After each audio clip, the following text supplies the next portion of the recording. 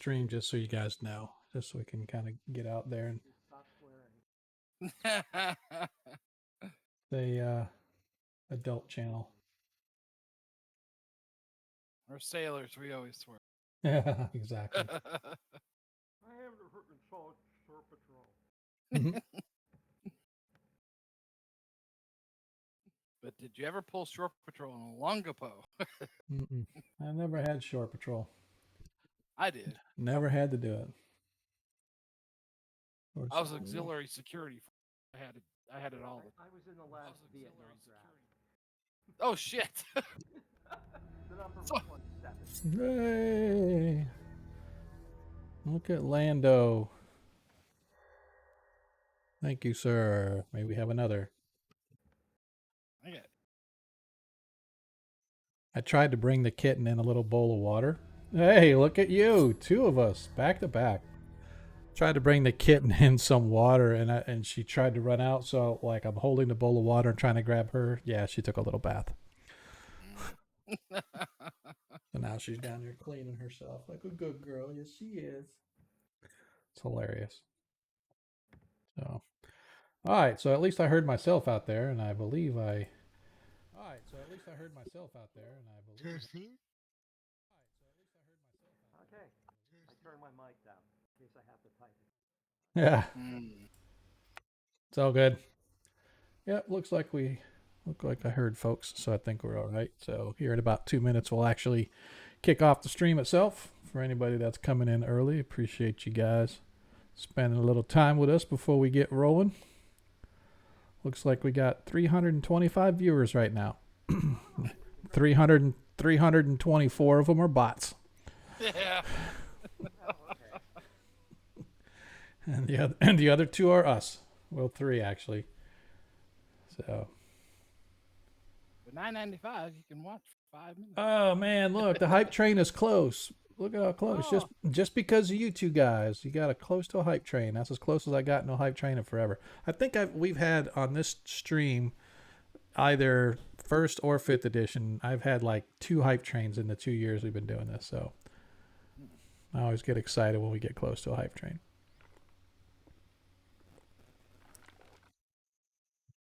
Yep, less than 3 minutes. Somewhere. Spend minutes. Yep. That's it. So. It's going to be like a video game practice, like early bear duel action. Yeah. That's it.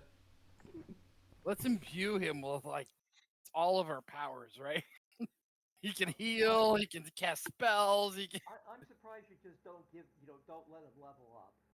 That's what He's a level 13 bear of. All right, here we go. We are off and running.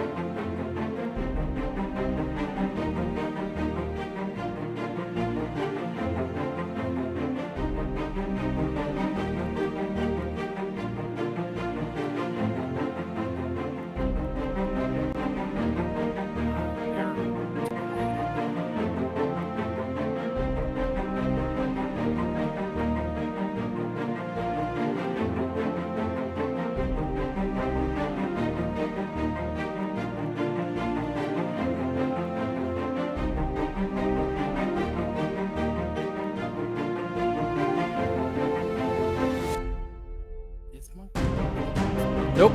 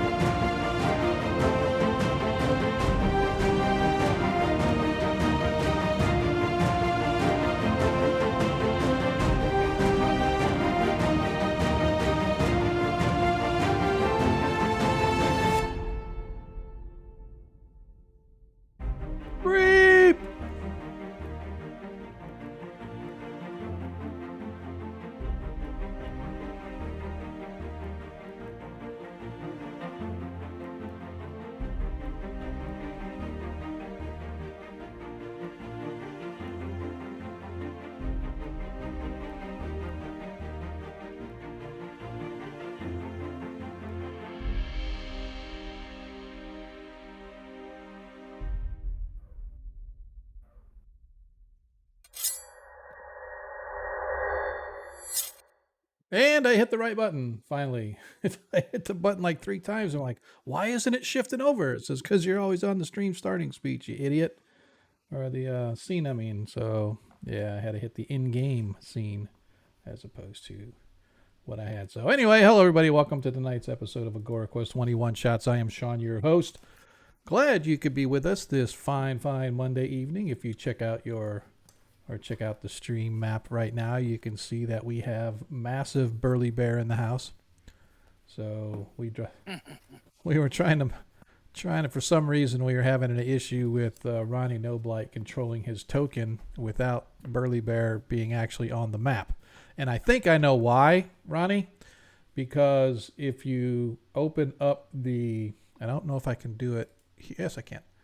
So here, yeah, it says I don't have permissions or whatever on some things. But anyway, so I think on the DM view, the party has a list of all the players or something like that are associated with it. And since Burly Bear isn't, then when you try to open up his token on the map, it won't work. That's why I had to drop him on the map. But I just think that's the case. I don't know 100% that's the case, but that's my story and I am sticking to it. So, like I said, I'd like to welcome everybody here on this fine Monday evening. If I seem a little distracted, I'm trying to keep an eye on Nyx. Nyx is our new fur baby. She is a kitten that my son found out by his car a few days ago.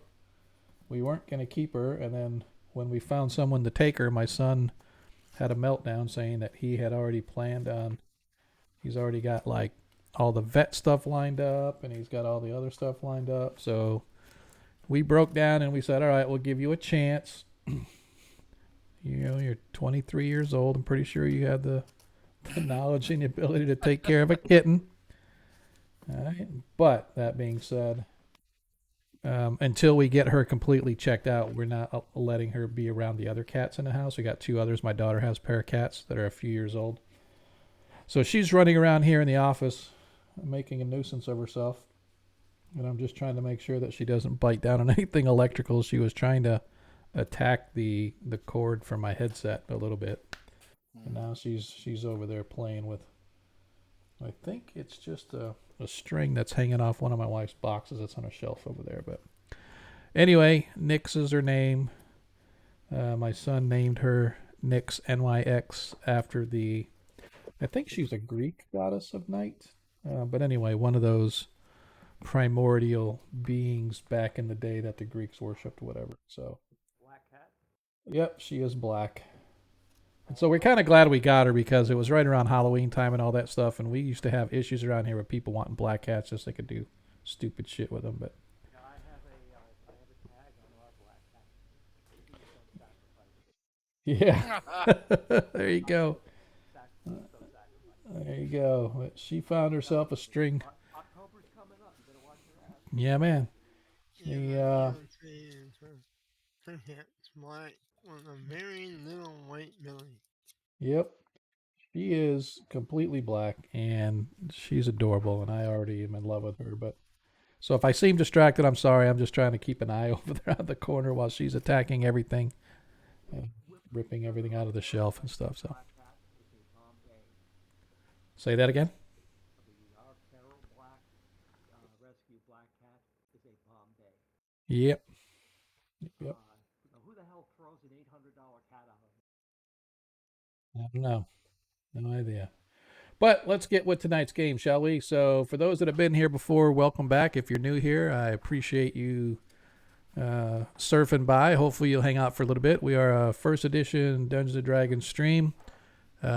We also do a 5th edition stream on Friday nights. Same time, same channel, just a different group, different game. Everything is in the world of Greyhawk, though. So if you're a Greyhawk fan, you are in the right place. I'd like to encourage you to get your Nat 1s and Nat 20s in early. If you don't know what that means, just play along like you do know.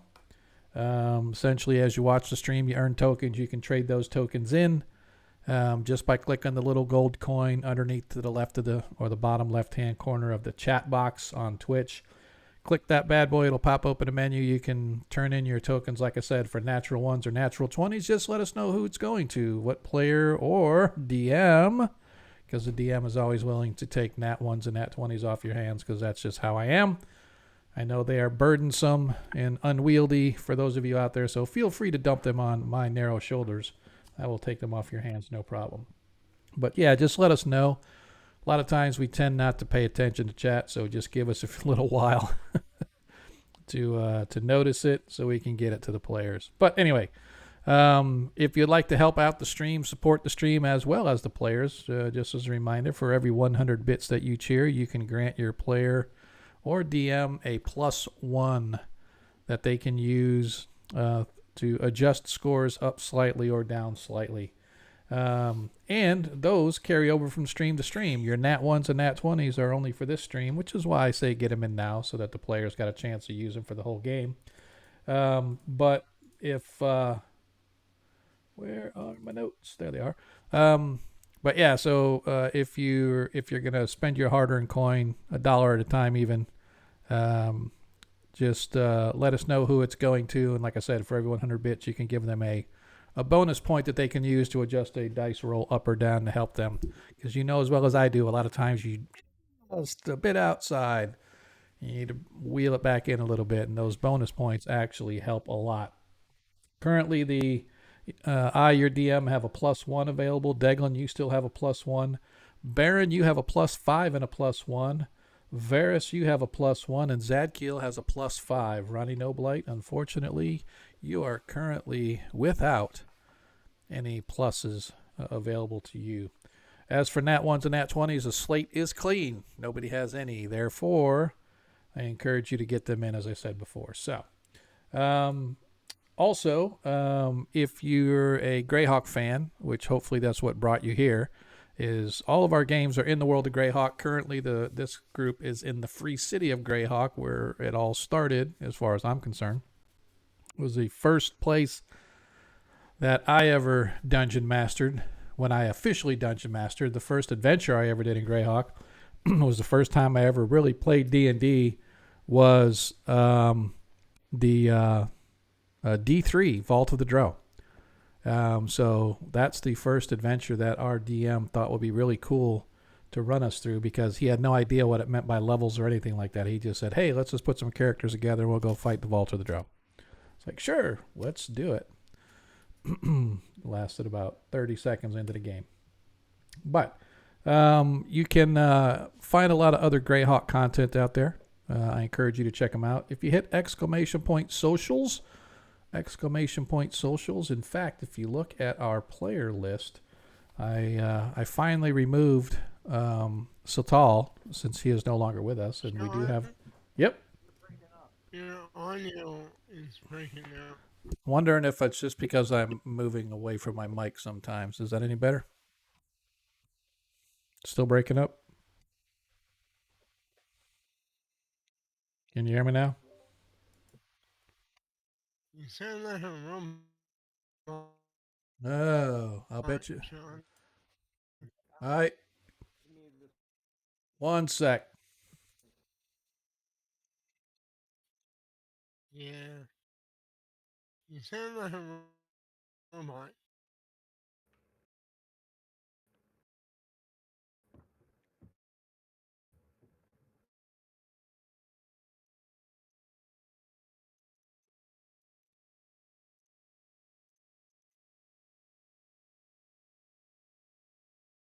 News. It keeps connecting me to my 2G, and I don't want to connect to my 2G. I want to connect to my 5G, but it's.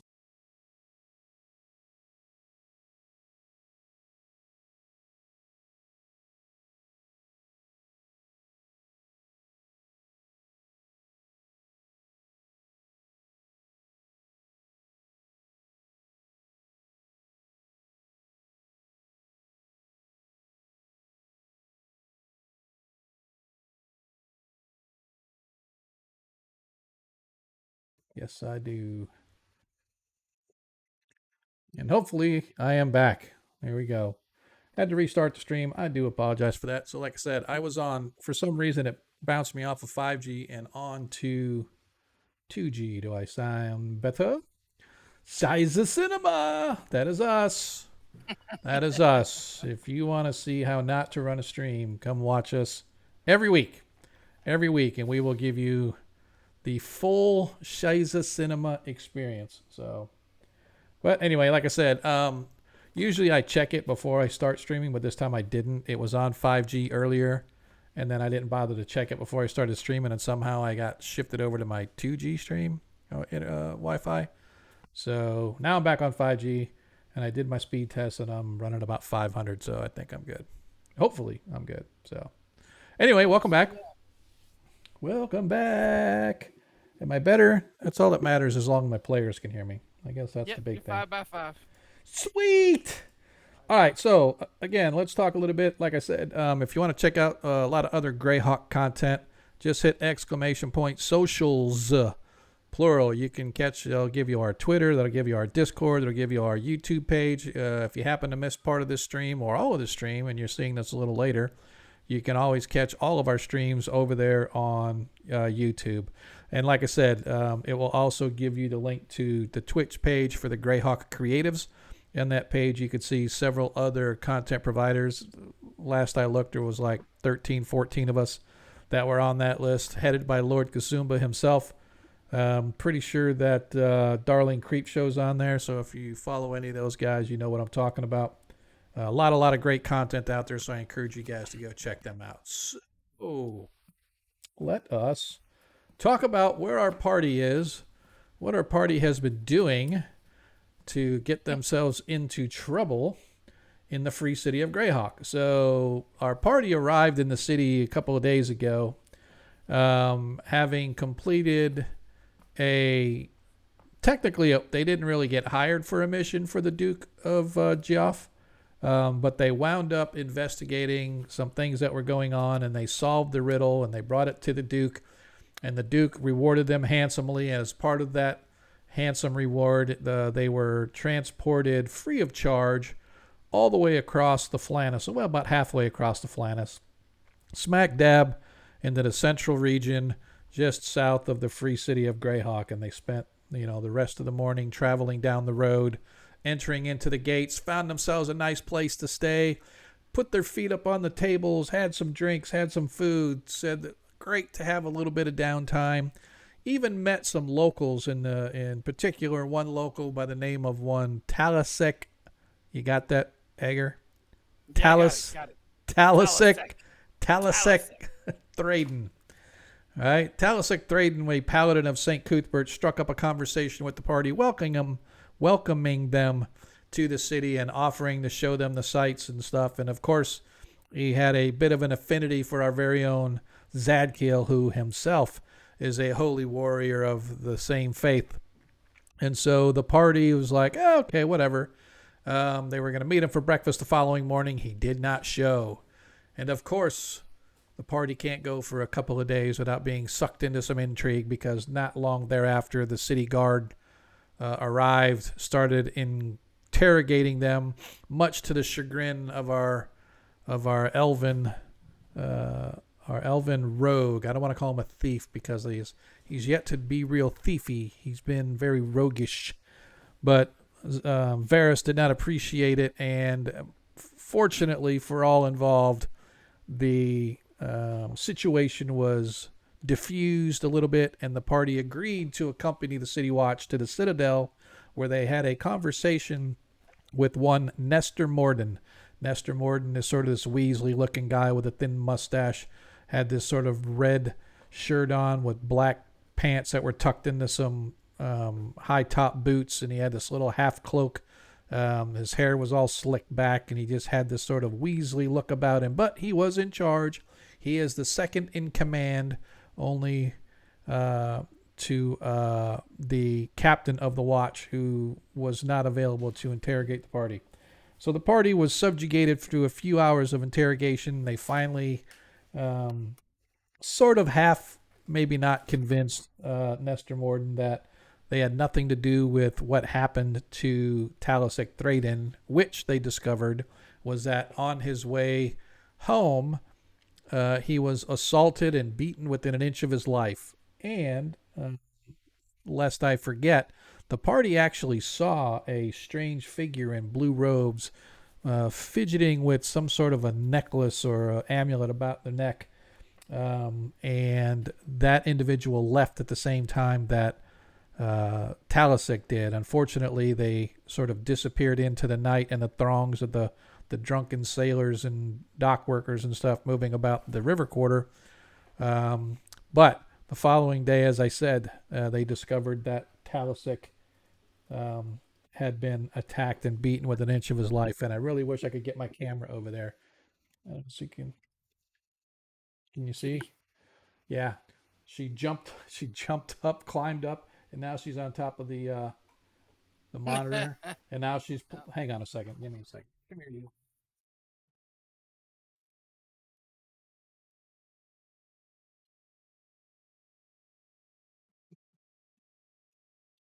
There she is. All right. That enough? Anyway, so the party managed to talk their way out of that, and then they went to see Talisic in the Temple of St. Cuthbert, where he was recuperating. And after a bit of discussion, he said that he had been heading home. Had been that way 1,000 times. He's been in the city for decades almost, and well, actually more than a decade. He's in his probably 50s, and he's lived in the city his whole life. But he knew his way home, no problem. But suddenly he felt as he neared home, he just felt lost.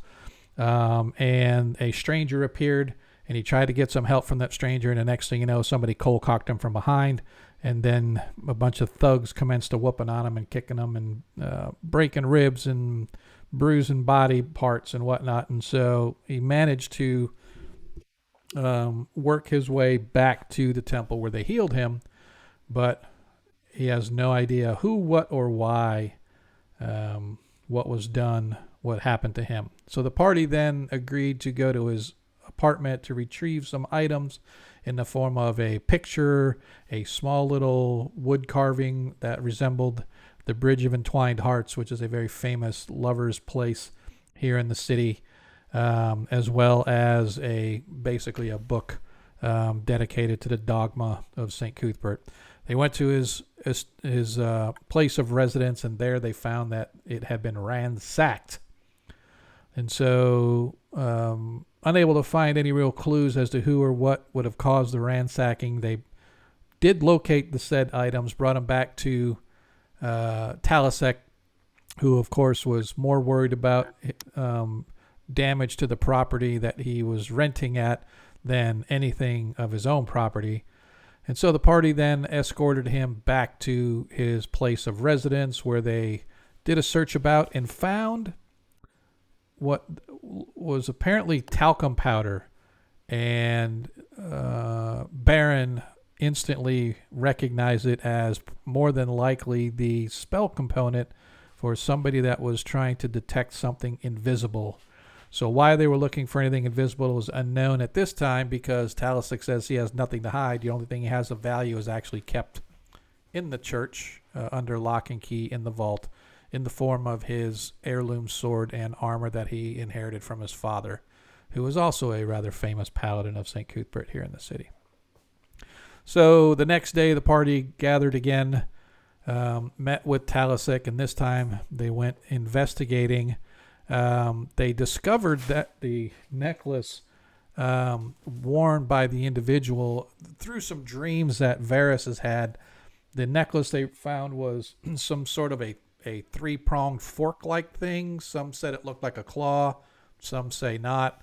But the bottom line is they saw this necklace, and they decided to go into the markets to see if they could find anybody who could... Hang on a sec. She's going to knock my cups over and kill her. Look, dude. You need to stop. I had some... Oh, there she is.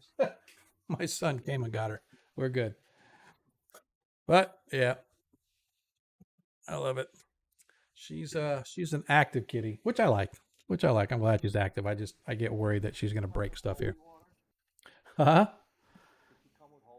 No. But she's a good cat.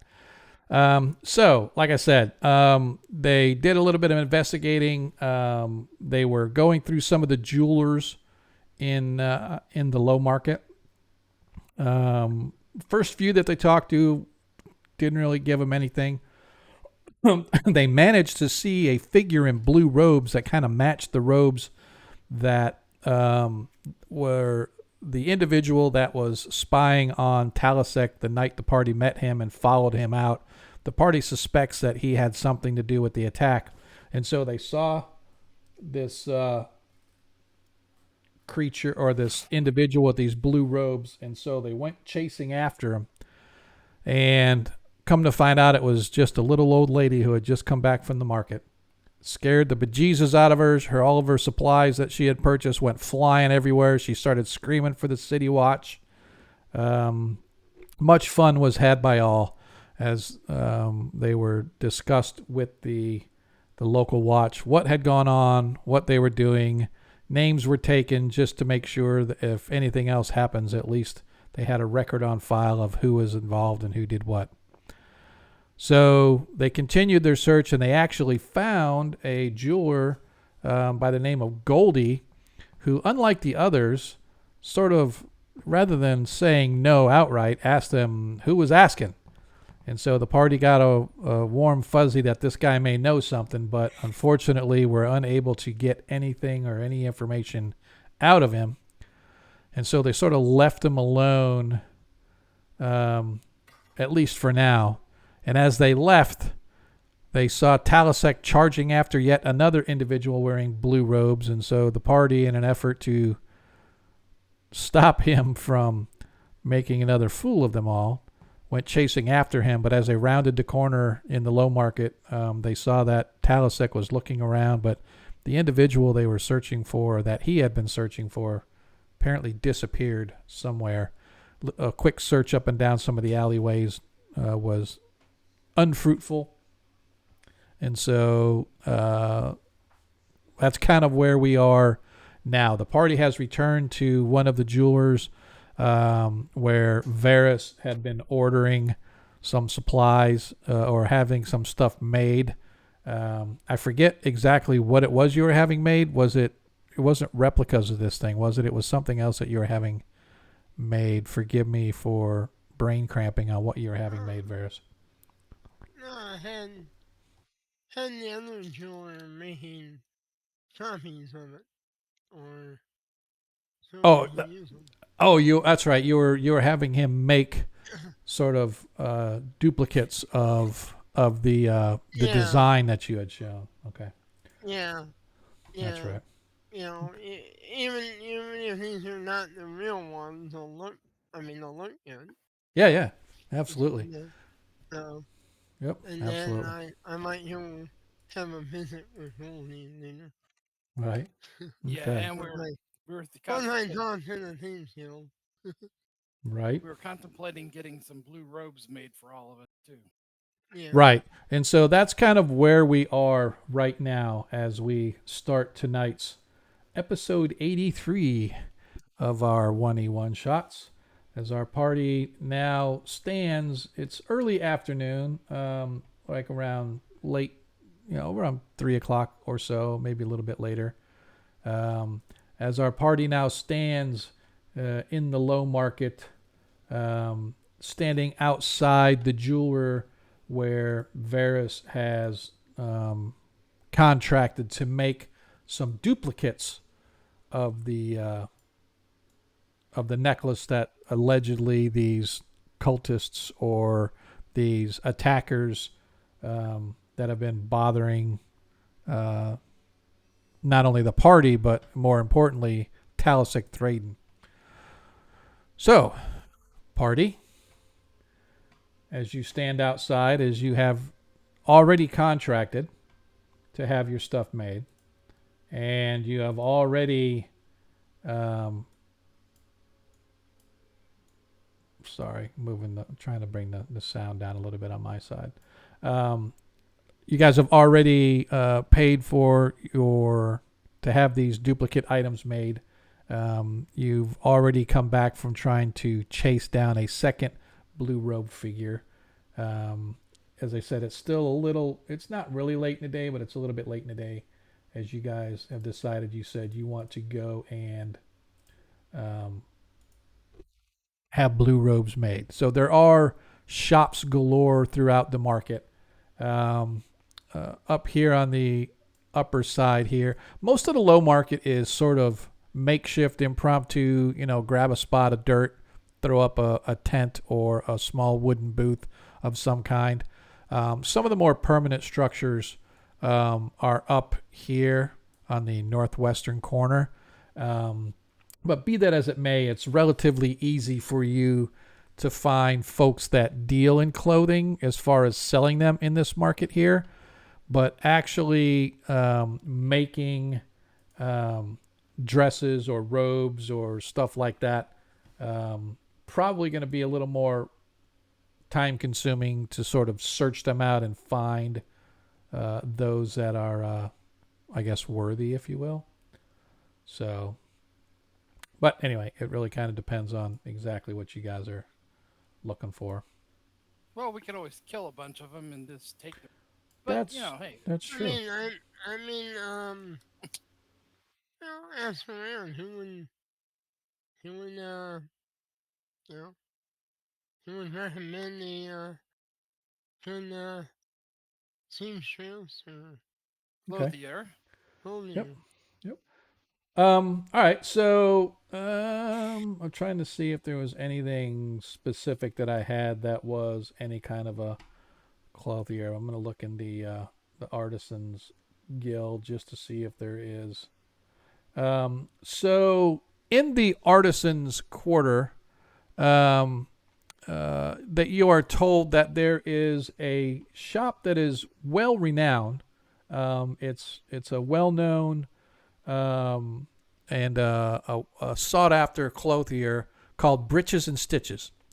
It's actually back in the artisan district near the wall, as they say. And the individual that basically that you're talking to tells you that if you follow Craftsman's Way and then get on East Wall Street, so Craftsman Way will take you toward the wall, and then East Wall Street actually kind of follows along that wall.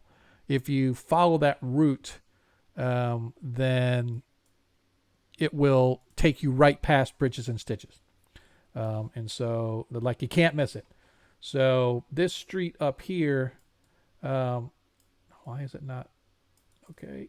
Oh, that might be why. Maybe if I did that. So this street up here that starts where the Hangman's Tree is, if you follow this street around, this is called Craftsman's Way. This is like the main street going through the Artisan District. Mm-hmm. And then right here near the old city fountain, or the new city fountains, I mean, the A8's and new city fountains. Right there, this is East Wall Street. So if you follow East Wall Street north, it'll take you right past Breeches and Stitches. And they are a well-known clothier and tailor. Not sure if they do robes or not, but they definitely do fine clothing like shirts and trousers and stuff like that. Based on the two people he kind of picked out of the crowd, were they cloaks? Were they robes? What were? Oh, they were definitely robed, right? Okay. So they had sleeves, not just like a cowl. Yeah. It's what it looked like to you guys. Yeah. All right. I'm also going to talk to Talisic really quickly and just say, hey, bro, don't chase them down like that. If you see another one, let's approach them cautiously so we can track them and follow where they go. This subterfuge and this sneaking about, we should just go out and beat them on the noggin like they deserve. That we can make them tell us. You got to fight fire with fire, bro. As he sort of looks at you, his face sort of wrinkles up. Very well. I shall do as you say, but I shall not like it. I agree. Once we catch them, then we can beat the hell out of them. This is a good plan. This is a sound plan. All right, so take off for this Riches and Stitches play. All right, so you guys sort of take the quick route, head up and get on Craftsman's Way. You start working your way down through. And as I said, the Artisans District is chock full of various goods and services. You can see right here, there's a City Watch station, of course. As you guys get down here, as I said, on the left hand or on the right hand side, you can see the new city fountains. It's a small park is sort of built around it. You can see some well crafted marble statues of like nymphs and other sea creatures sort of spouting out water. It's fairly populated with your average everyday folks having their picnics and lunches and dinners and maybe date night or something like that. But it seems to be a very popular gathering place, especially in the waning light of the day. As the day goes down, you can see that there are dozens and dozens of street lamps all over the place. So this place is probably lit up fairly well during the night. And obviously, being such a popular place, it would make sense. As you guys are moving down, you see through the shops, you pass by the Carpenters Guild. And eventually you come up to this intersection where there are numerous shops. And right here on the corner, you see a sign hanging out above the store. It's a 2-story shop, very similar to all the other stores you see, sort of a wooden and or stone base with more thatched type of roofing, etc., or roofs, I should say. And the marquee that sort of hangs and swings outside the shop shows a picture of a shirt and a pair of pants with the sign or with the verbiage under it saying "Breeches and Stitches." Directly across the street, you can see that there are a couple of guild halls. There is a leatherwork shop like right here on the right hand corner, but Breeches and Stitches is the A24 right there. And again, this is a sort of a very grouped together bunch of shops all over the place. But you have come to the location you seek. Breeches and Stitches. And inside you can see in the window there are some finery. You can see like what would you consider a ball gown of some kind, a very beautiful dress stitched up with various ribbons and flowery type attachments to it or accents to it. And beside it, you see a very high collared suit with a bow tie of some kind, plain white with black tails and stuff, with a top hat sort of sitting on sitting on it and whatnot. So it is a very, very sort of prestigious or what sort I'm looking for. Aristocracy, yeah, high end. Thank you. You know, those in the aristocracy are probably the ones that shop here mostly. Well, we can go in and find out. Just ask the question if they even make custom stuff and if how long it would take. Okay. I mean, I'm a high end though. Well, we're probably going to have these robes on for all of 30 seconds until combat Yeah. starts. So, Then perhaps we could use a less expensive. You haven't joined the Wizard Guild yet. You need to. Without aristocrat contact. yeah. Well, maybe these guys can recommend a lower cost place. Mhm. Let's see, is there? Oh yeah, and they'll probably turn their nose up at that.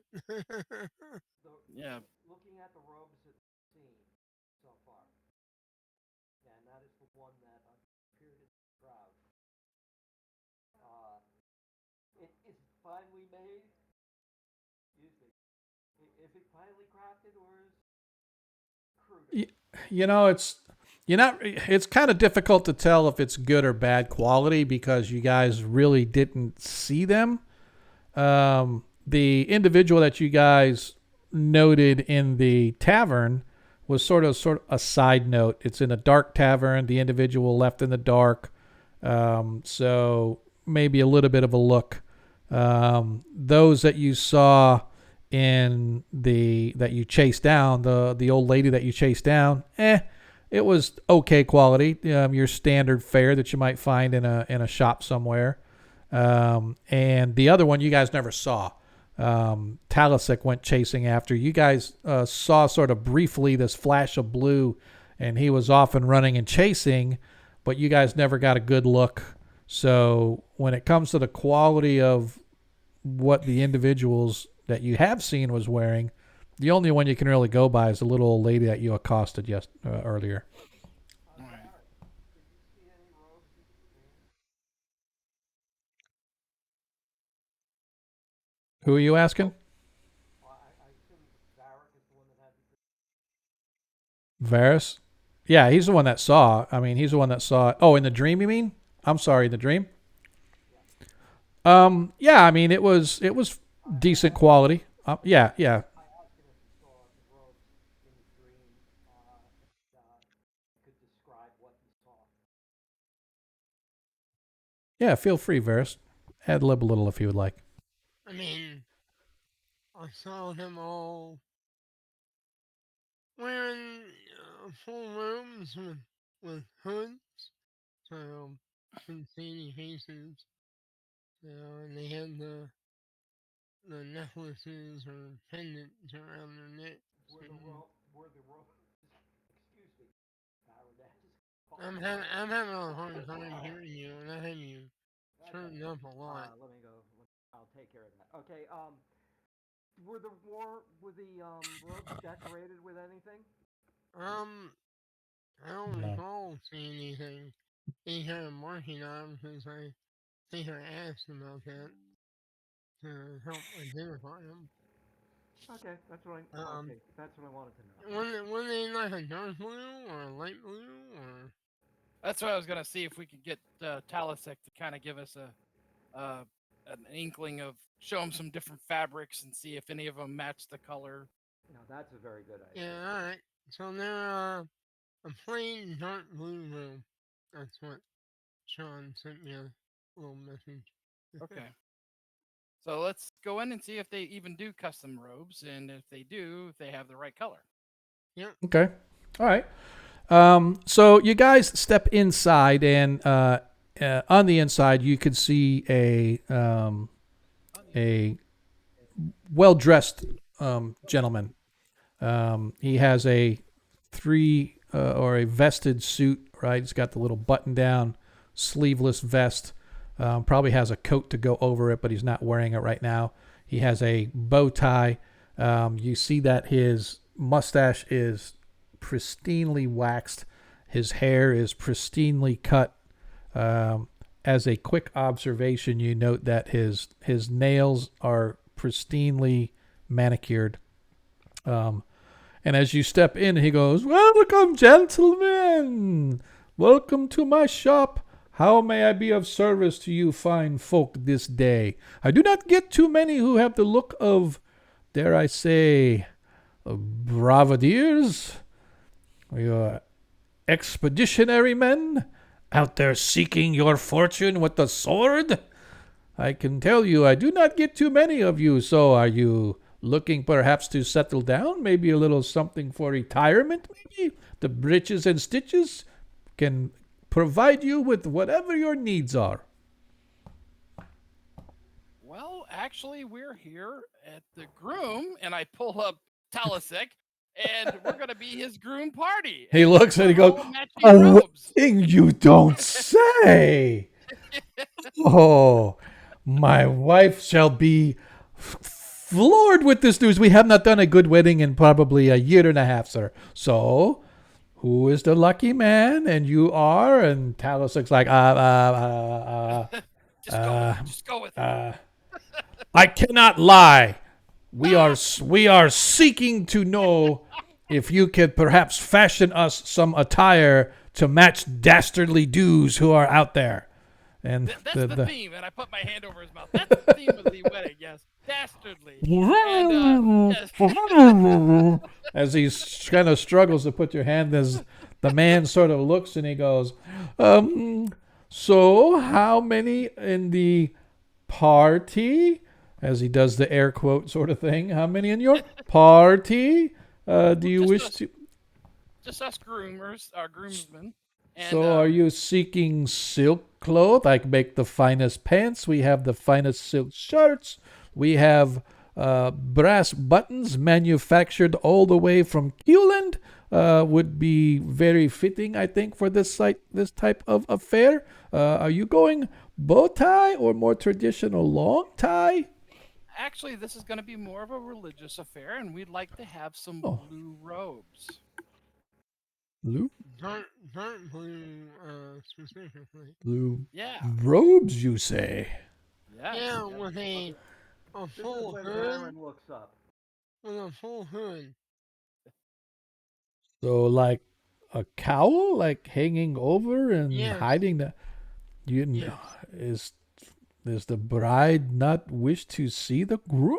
I Oh, am. it's It's not a wedding ceremony. It's more of Oh. a religious rite ceremony. Well, first things first. Let's get the colors first. I am Edgar, by the way. This is my shop, Bridges and Stitches. Please do not forget. And he sort of takes his piece of parchment and scribbles his name on, and hands goes for your records in case you wish to tell your friends about us, of course, wherever you travel. And he leaves, and he comes back, and he has two assistants, young boys, early teens, maybe preteen to early teenage, dragging various bales of cloth with them, and he sort Yeah. of throws them up on the counter. And you see he's got probably a dozen or so different shades of blue, from a really Well, pale blue to almost like a midnight black. And as you're looking, you see the color that, if you didn't know any better, you'd say that the robes were made by him, because it is like a spot on color blue. Although it's different material. This is more of a silky kind of a cottony material, as opposed to like the robes that you saw looked more wool, like a little heavier, like maybe okay. traditional robes. Yeah. But the color's spot on, but the material itself is a little bit different. Okay. so Do you have have well, I'm gonna pick the color out and say, Oh, it's do you a have perfect shade. do you have a do you have this color in perhaps a more woolen, heavier material rather than this finer material? Oh well, I would say yes, but I would have to check in our warehouse for we have our warehouse suffered break-ins, and we have had Oh, materials and stuff stolen. So perhaps I would be able to find something left. But how many of are you wishing? It's just for you five gentlemen, um, or you six plus the groom? are we yes, 6 plus the groom? Well, five plus the groom, actually. 5, so 6 total. yeah. And the bear. Oh, yeah, yeah. Got him up early. Well, let's get him a nice blue bow tie. How about that? We can give him a nice little blue color. All right, hang on a second. Don't anybody go anywhere. Where is it?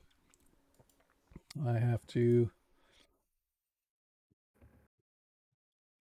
I have just awarded. What the heck? I have just awarded 100 experience points to Ronnie Noblight for a well-timed joke.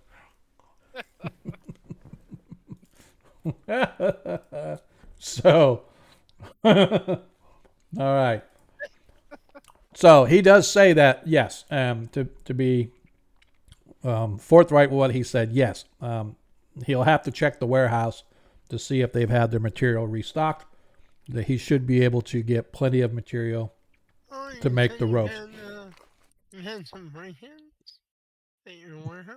Oh well, in the when you go to that district, things tend to be a little rough. There's people who lose things all the time. It's part of business. We have to build our prices to deal with those who are not of good moral fiber, shall we say. Yeah. That's unfortunate. Mm-hmm. They need to eat their Wheaties. Mm-hmm. So let's go with. Do you need to take our measurements? Because we'd like to be in, what we currently wear, and just have the robes go over the top. Oh, so you wish to be? Oh, okay, of course. Yes, we could do this. You did not come to the breeches and stitches to be turned away, and you. Of course, we can do this for you. So he begins one by one, taking all of y'all's measurements. I would like to keep an eye when I'm not being measured. Mhm. I want to keep an eye on who comes and goes, Okay. and whether anybody like pays us any attention or not. Okay. You know, Yep. you know, So I the don't shop know. is relatively. It's not like super busy, but there are probably in the 2 hours that you guys are there getting full measurements documented, taken, the material being picked. There's probably about maybe not quite a dozen patrons that come in and out. Most of them appear to be either confirming orders or picking up an order. Yeah. Yep. Nobody has necessarily there to like get measured or anything aside from you guys. But from all appearances, it appears to you that most folks are just like your average everyday folk. Well to do. Yeah. When they start paying and you see that the coins and stuff that they're handing over, it's like the guy definitely commands a decent wage for whatever he is making and stuff like that. But that being said, at the end of the 2 hours, he has everybody's measurements, including the bears, so he can make a bow tie for the bear. And he says that it will be, he can have them done in 3 days for a cost of 100 gold for the lot. Tell him I'll give him 150 if he can make it 2 days. You, sir, are a wise and shrewd businessman. Oh, of course we can do this in 2 days. No problem. We will have that done. And he turns around and he looks at the guys as the kids kind of give him that, are you serious look? He goes, of course we can do that, can't we, boys? Yes, father. As again, they take your measurements, they take all the materials and stuff. And so today is the 22nd day of Sunzeb. He can have them delivered to you by the evening of the 24th day of Sunzeb. Okay. Very good. And didn't that guy, the jeweler, said he'd have our stuff done in 2 days as well?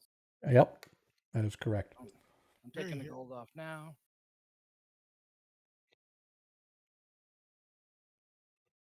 All right, so we're good there. Yep. Now where do we want to go? Back to the. Let's go have a drink and some food. Yeah, that's a good Yep. idea. Yep. I So, would like to talk to a sage. okay. So, as you guys all are heading back, the sages are all up in Clerksburg, up near the college. So it would be up in this region here. There's actually a well-known sage that lives literally up in the corner up here, C26. But there is actually a sages guild in the college itself, right? So it's really kind of your choice on whether you want to go see just the guy or you want to go to the college to talk to folks at the college. I'd like to go. I'd like to talk to a sage, but not the top sage. Yeah, so you don't know. I mean, you know that. I guess I should say that asking around, you could find out that there is a sage that lives here. That's his home.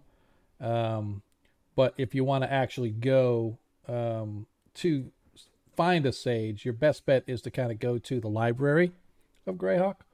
And in the Great Library, which where are we? Why did it not? What happened to? Was that it? I just want to make sure, just to make sure that my numbers are right. Yep. So the Great Library is like right here, in this C2. I'd like to go to the Baron would like to go to the library. Okay. All right. So the party. Before we leave, I wanted to ask the guy again, the tailor.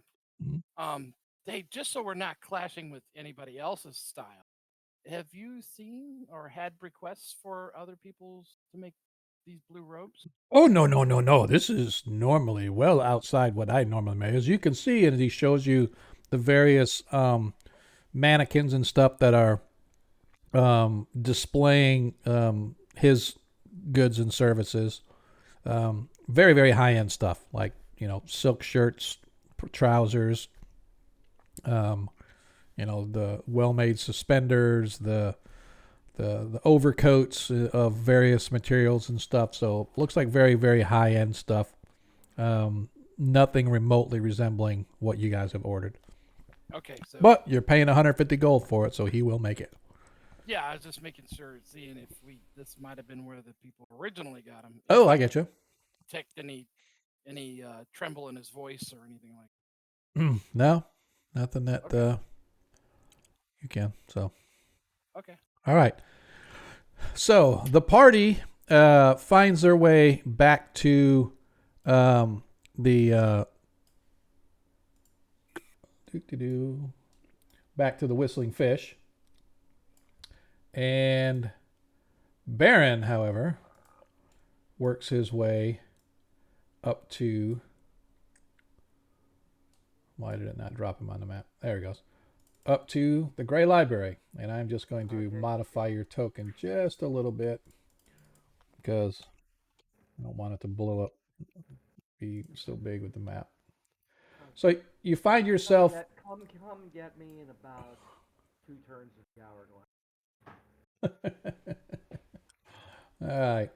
So as you guys are going back, Talisek tells you that I am feeling a little bit drained from the exertion of today's events. I think I am going to retire to my home.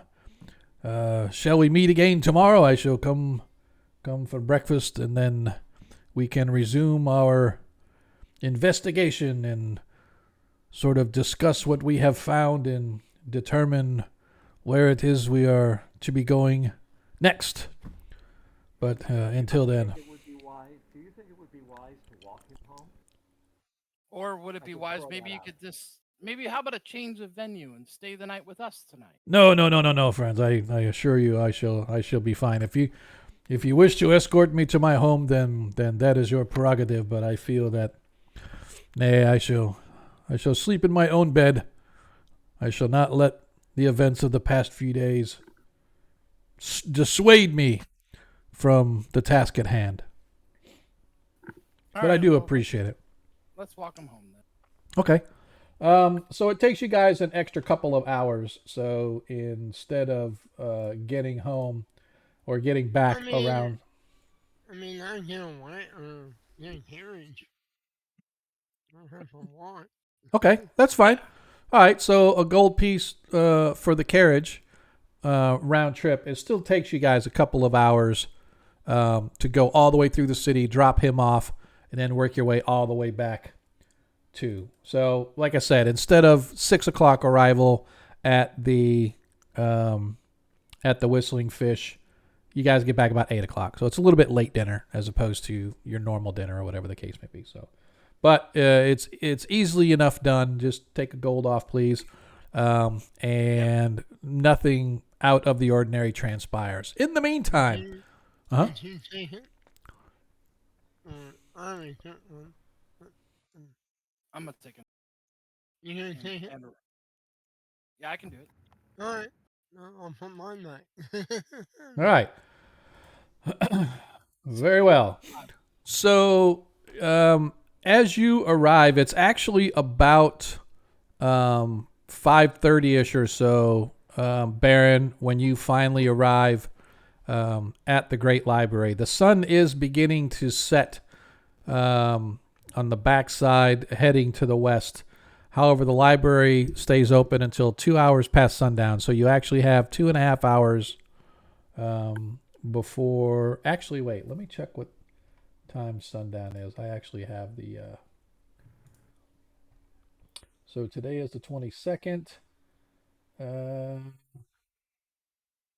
of course, it doesn't have my times on there. Let's turn it. But yeah, so it'll be about 7 o'clock or so, 7:30 when the sun goes down. So like I said, you got about 2 hours or so before the library actually closes. So you find yourself at the sweeping gates or the sweeping steps of the library of Greyhawk, a renowned institution. It's like walking up into Lincoln's memorial. Huge columns supporting a heavy stone roof overhead with well maintained, crisp, clean flight of stairs running up into the huge, massive wooden doors, iron bound, that now stand open. And inside you could see various magical lights illuminated, as there are no candles in this place, but all magical lights illuminating various places or various corners of the establishment, sort of up on these chandeliers that then reflect it through the glass chandeliers and illuminating, giving a soft, welcoming glow. And as you step in, you are greeted by a nearly bald acolyte wearing plain brown robes with a white sash, as he sort of nods in your direction. "Welcome to the Greyhawk Library, good sir. My name is Jason. I shall be your attendant for your visit. Is there something in particular which you seek?" I would like to look. I would like to look in your In what section? religion. Of course. Please follow me this way. Is there a particular religion or dogma? We cater to them all, from St. Cuthbert all the way down to Nerul. I mean, we have. Are myself and my friends are plagued by, I guess, cultists, blue robes, I see. and I'd like to find out something if you have any information about. But of course. And so he leads you to a section of the library. And as you start to look at some of the tomes, the hundreds of tomes, both large and small, discussing various deities and whatnot. If my first question would be, do you have, first of all, do we know, is this deity of the evil persuasion, say like the old one, and he makes sort of the sign of a warding sign that you very familiar with when people talk about I use the old, the mentioning of the old one, or I use as he is known. They sort of usually they'll spit, and then they're like, I spit on the old one, and then they make this sort of this sign of warding to ward off the evil spirits, if you will, whenever they mention his name. Or is a deity who is benevolent, such as Rao, the god of healing. Do you know to which genre this deity may be found? Or I need to look into the, and as much as I hate to do it, the cult section. okay, and so he takes you more away from the deities, more into the those that were worshipped. They might have been like normal people, but they were worshipped like gods, if you will, or whatever the case may be. And so he takes you into that section. So if you wish to begin searching, please give me a D100 check, please.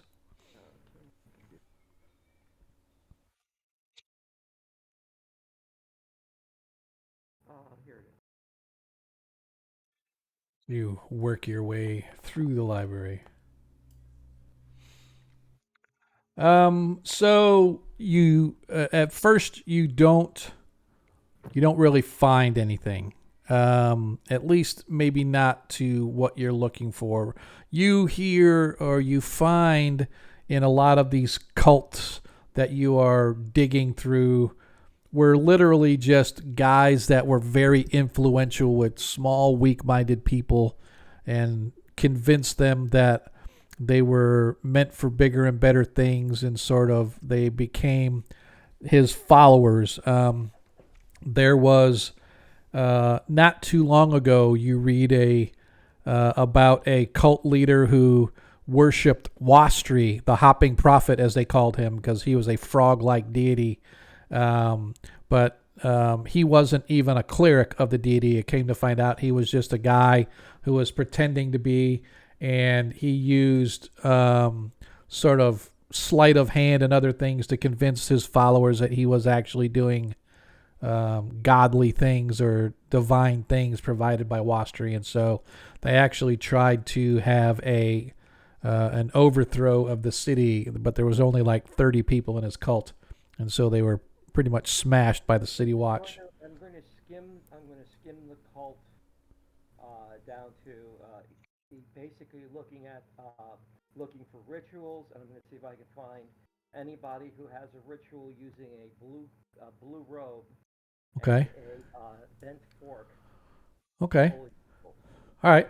Go ahead and give me another D100 check for your search.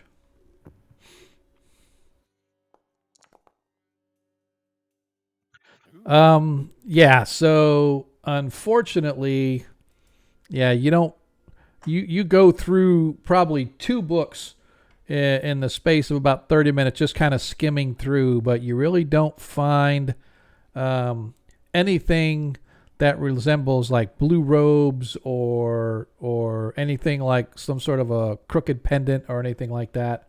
And as you're sort of going through, the attendant comes back and says, "Would you like a refreshment, sir? Perhaps some water, some wine?"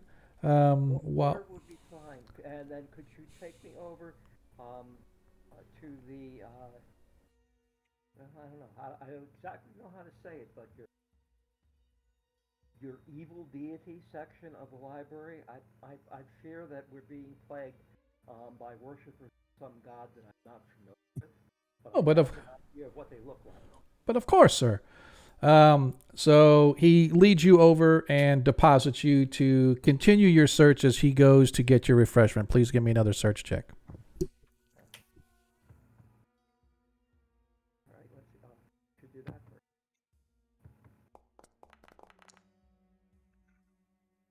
So again, you continue to sort of search through. There are a lot of evil deities that have various strange symbols and whatnot.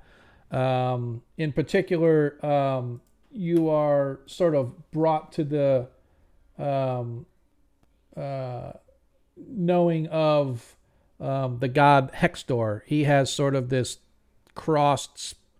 I want to say they're almost like spears, almost right. Um, I don't know if I have any pictures or anything like that, but I don't have the deity symbols here. But you do find several like evil type deities, like one was already mentioned, Wastri, the hopping prophet, right? The like a frog deity. Um, there are deities such as um, or some evil, like Ayus and Nerul, who are Nerul is sort of evil, but he's only considered evil because he's a god of death. He's not necessarily an evil deity himself, but he is like the ruler of the death domain of death, and so he sort of has an evil connotation associated with him. Other deities such as that Incabulos. Incabulos is a wicked evil deity who its followers are known to be cannibalistic in nature, right? So you find all of these evil, wicked, nasty Now, sort as of. I am researching this, I will use the I'm sure I know what it is, the sign that a person Yeah. would make to protect themselves from evil deity. Yep. as I go through these books, just to be sure that in case I'm being watched. Okay. Yeah. So again, as you go through and you spend about another half hour or so. In the meantime, your attendant comes up with some bread as well as some water, asking you, "Have you had any luck, sir? Just so you know, we will be locking our doors in approximately 1 hour. You are free to stay until then." And usually, of course, our head librarian does allow a little bit of leeway for those folks that are stuck here to have to do a little bit of extra research. But please do be aware of the time. And he, I thank him, and I ask, um, is there a sage in this on the street that specializes in religions of sorts, of different sorts? oh, absolutely, sir. So let me go grab him. I believe Master Joseph is here. In fact, as he leaves, and maybe 10 minutes later, he comes back with this elderly fellow, completely bald on top of the head, sort of a wispy white beard, his teeth very yellowed and blackened in places as he sort of nods to you, but his eyes are clear and bright, which lets you know he obviously has a deep intelligence of sort. And he sort of nods and bows. He goes, "I am Giuseppe. You have need of my service, I hear?" Yes, friend Joseph. Uh, I am looking for uh, I'm looking for the deity of whose followers wear a dark blue robe, have a what looks like a bent fork for a holy symbol around their neck. Go ahead and give me another search check, please.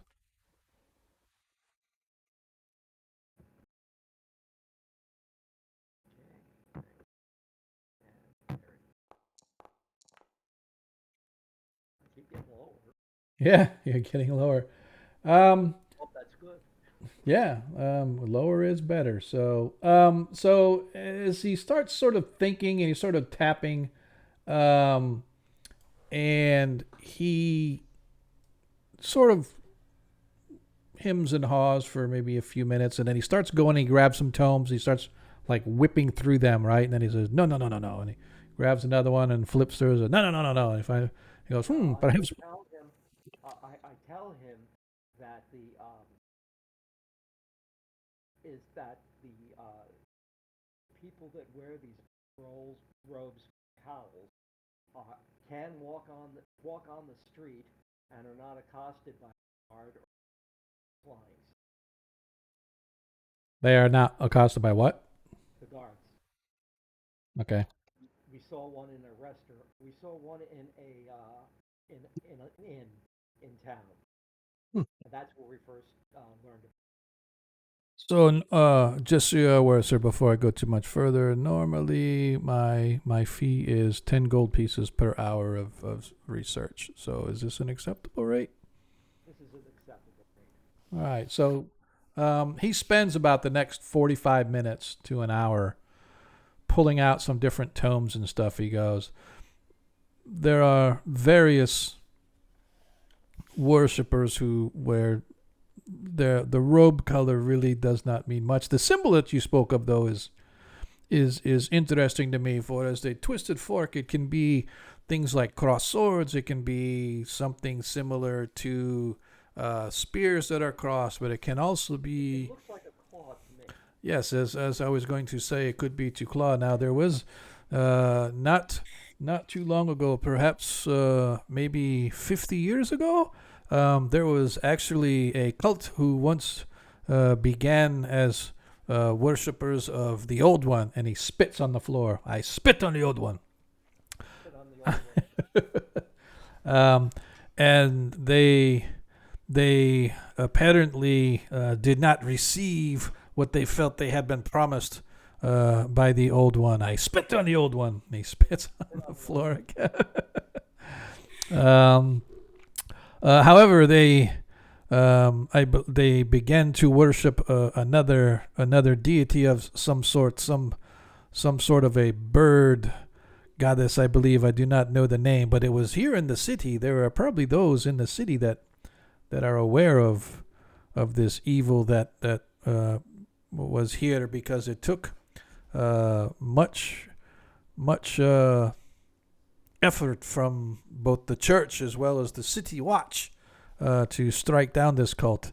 In fact, there was a great fire in that is to this day known as the Great Burn in the lower city, that is allegedly where some of these cult members used to reside. But yes, they were wiped and removed, and this deity was struck down by powerful clergymen. So yes, but I do not have. This is, and he sort of shows, the book that he shows you is more of a historical transcription as opposed to pictures and descriptions of deities and stuff like that. But it's interesting that you see that there is a name in the book, a holy warrior of St. Cuthbert that helped lead the charge against the evil cult, was the name Tulisia Thraden. Alicia Thraden. Do they have an illustration? No picture. He was just a apparently a warrior of St. Cuthbert, and he, along with the church, threw down the cult.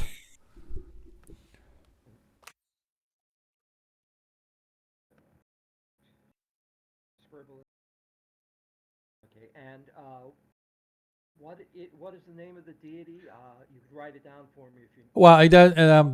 They never have a name of a deity. They called it the Falcon, Falcon.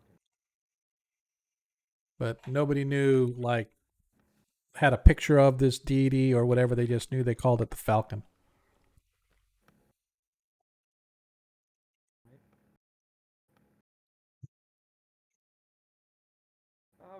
Okay, I thank him, and I'll give him his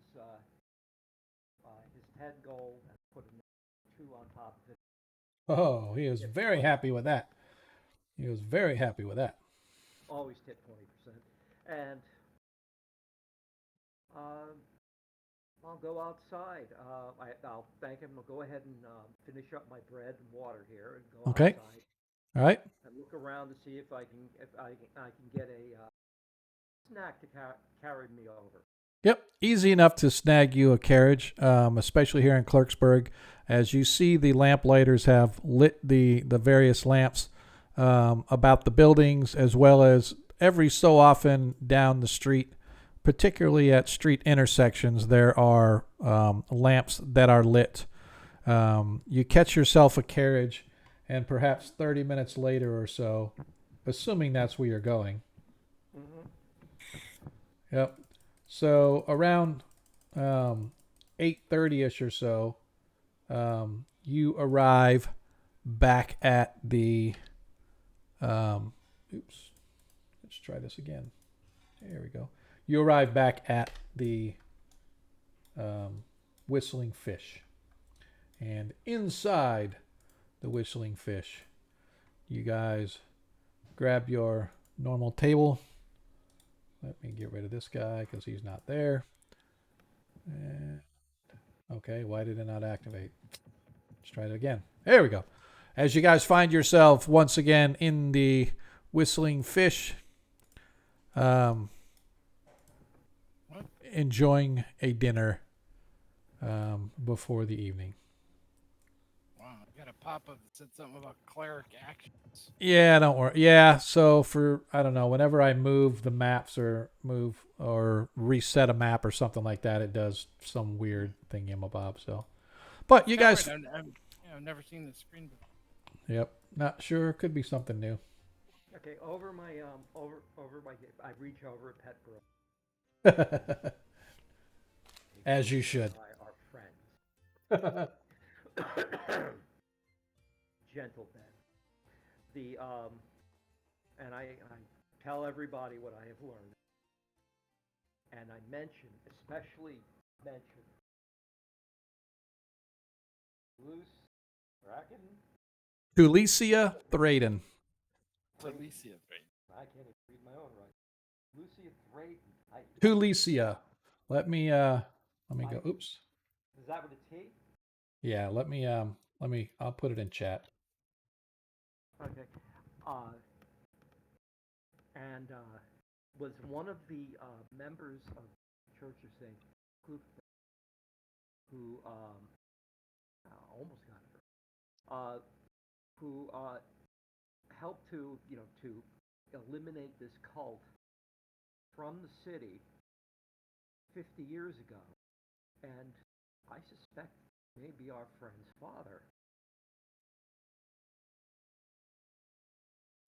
That would or make another sense. relative. That that would make sense. Yeah. uh, because if the cult is reconstituting itself, one of the things that I'm sure that they would, well, Oh, if I was in the cult, okay, they I would want be sure revenge. that I would be sure that I would get revenge on the people that helped to eliminate the city.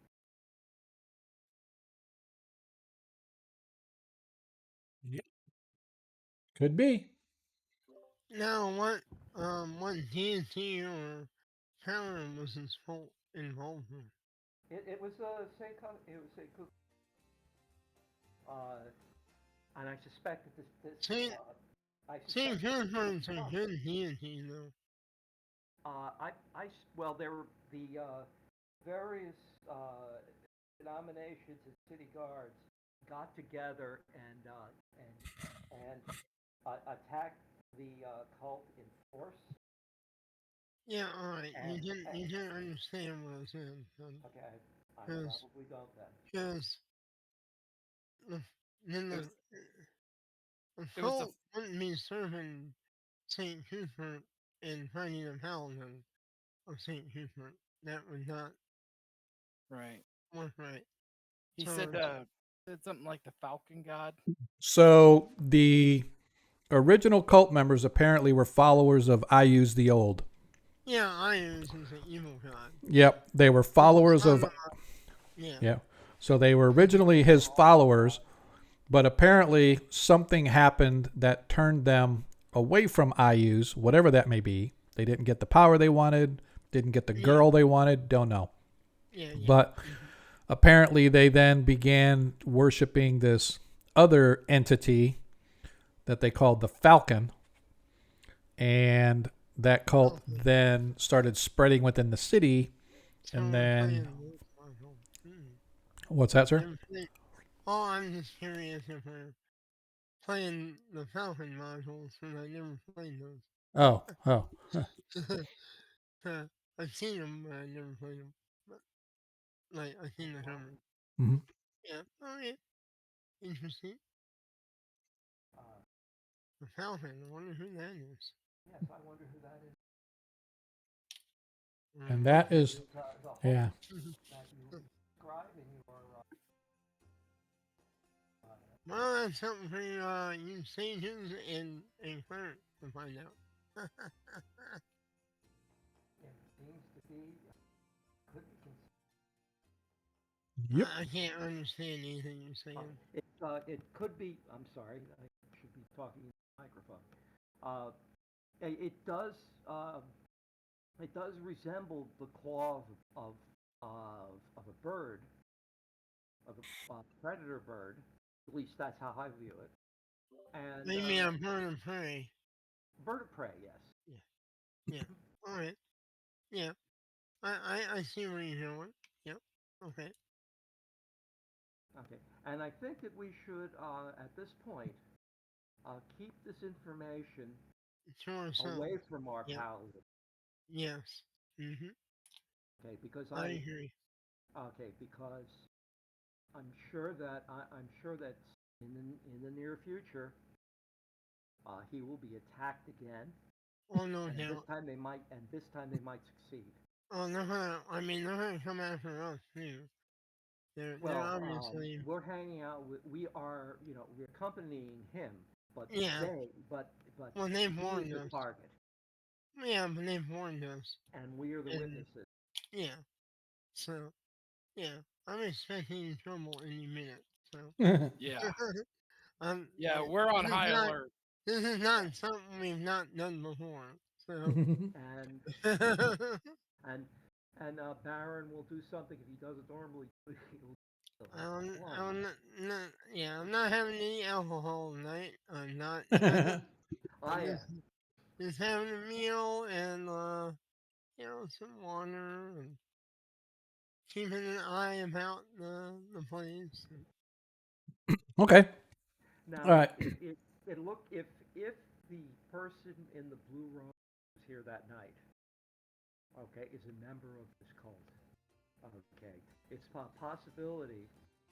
It's a probability that everybody who alive back then to fight the cult has died or left or something like that, and any of that information is put into into a tome in the library.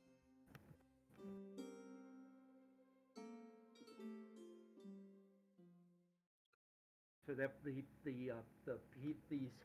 cult mem what I'm saying is the cult members can walk around the town in the blue robes, the holy symbols hidden, and not arouse any suspicion.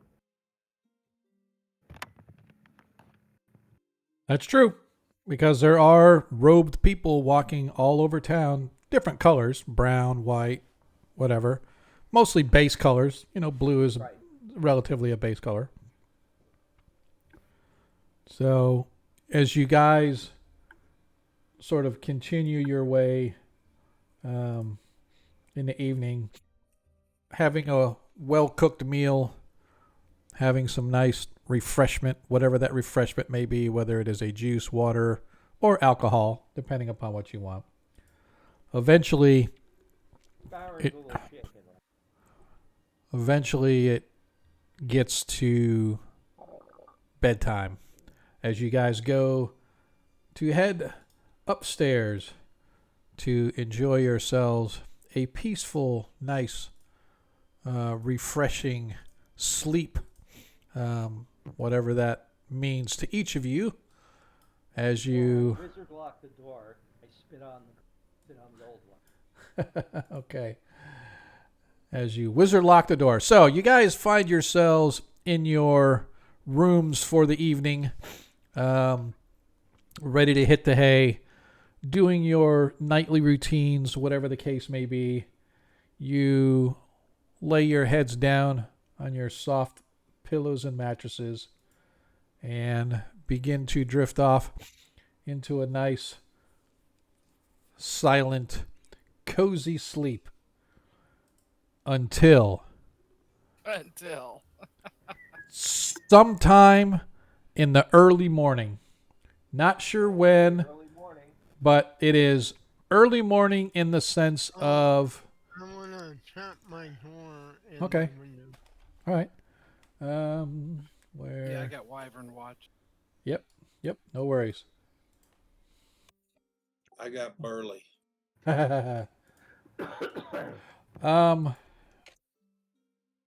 Beating on your door.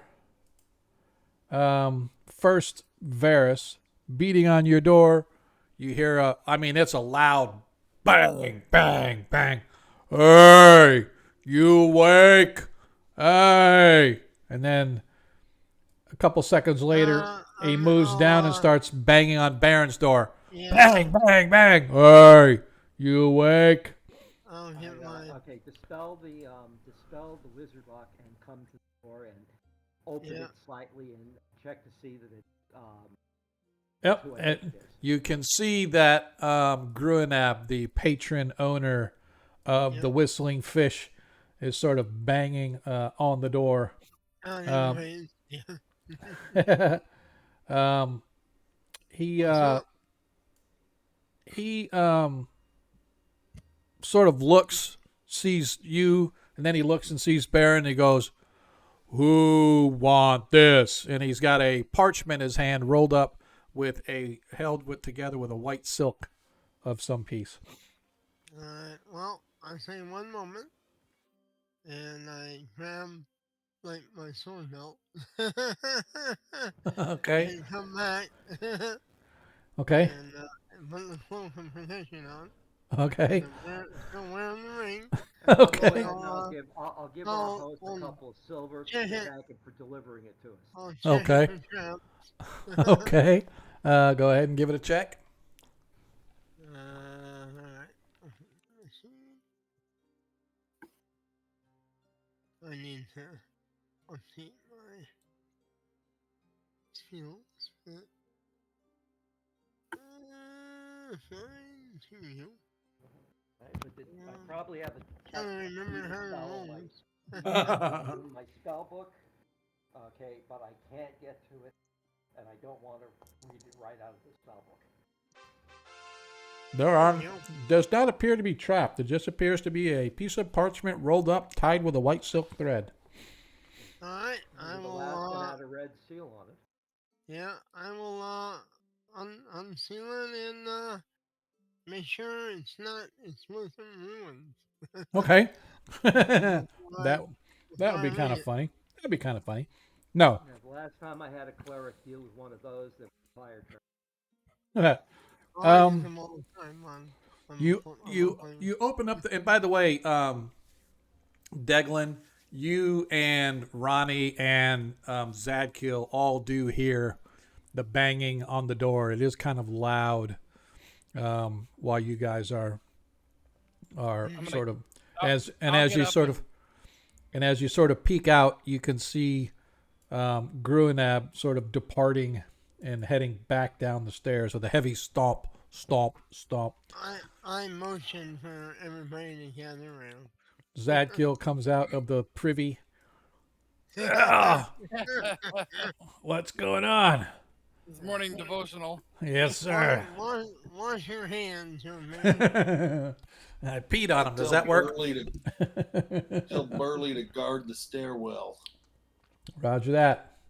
As Burley goes over. So you unroll the parchment, and the message that Gruinab handed you, as I said, it was written on a piece of parchment tied with a white silk ribbon. It states, "Most good sirs, Lord Talisek has once again been attacked and is near death. His future lies with St. Cuthbert, and he has asked for you and says that he has information that is a matter of life and death. Please come immediately. He may be with our Lord and patron soon." Oh, well, Baron feels smug at this. Caitlin, bring your staff of healing. And I grab my shit. Yeah, I get my armor on, grab all my stuff, get my prayers done real quick, and head out the door. Yeah. All right. You guys. Okay, I'm gonna go make a run over and get some. Say again? I hire a wagon. Water because I'm dry. Okay. I hire the best carriage in town. All right. So as you get out, you see that it's roughly maybe 2:00 in the morning. The streets are like empty. Even the drunkards are, and the sailors and whatnot. Sailor, yeah. Even the sailors have gone in for the evening. And as you step outside, the air is chill in this winter day, and it sort of sends a shiver down your spine as you step into the cold air of night, especially having just been in a nice, warm, toasty bed. The light above is provided by... We got some nat 20s from Nice. learn music. Hey, learn. Thanks. Yay! All right, so... Dang. Thank you. All right, so it looks like Deglin and Varys And and Baron. Baron and... All right. All right. Just gave one to Ronnie. Yep. All right. So as we go, somebody just read off which ones they are, because I don't want to scroll all the way back. We got Baron, Varys, Caitlin, and Ronnie. He gave one to all of them. All right. And Sandhill is not here, but Yep. I'm sure he can take And I thank I thank our audience profusely. Yep. Thank you. All right. I don't know. Did they give Zadkill one? Not yet, but All they right. might. Well, okay. Well, I'm just gonna I'll put it there just to keep it on hold. So, as I said, you guys step outside, and it is a chilly night. Even though, I mean, like I said, you guys get up out of your nice warm beds, but it's still 2 o'clock in the morning, so the air is rather chill. Not quite frosty, but it is rather chill. Fortunately, Yeah, you. gave me one. Yeah. That's what I like to hear. Fortunately, I mean, I should say unfortunately, because it is so late, there is no real transportation other than foot. Oh, get That my you got. holster. Yeah, if you guys want to, it'll take you a little while. They'll have to go get the guys to. Yeah. Totally up to you. Yeah. If you want, it's going to take a It little bit might to. take too long. Do you Yeah. think that we're going? Do you think that we're going to have to make a hazy or a hasty exit place? I mean, we have to run It's all the it's way up to the yeah, damn. it's probably about a half hour or so if you guys go quickly, right? So it's probably Yeah. it's not too bad on foot, but easily a half hour on foot. Especially you got main roads, right? You take the main road here right to the low market, take the low, and that's where the processional is, the main road. That takes you right up into the other or into the garden quarter or whatever. So maybe a half hour. Depending upon how quickly you guys are able to make haste. Together. Yep. Yeah. So as I said, out. Thank you at this time of the morning, Susan. Okay. So you guys depart into the chilly air of the free city in the early morning hours. Up above the moons shine, although they're not full by any means.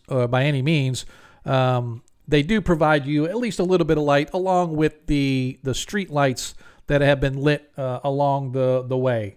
So fortunately, you're not too far from the processional, and once there, the route to the garden quarter is easy, fairly easy.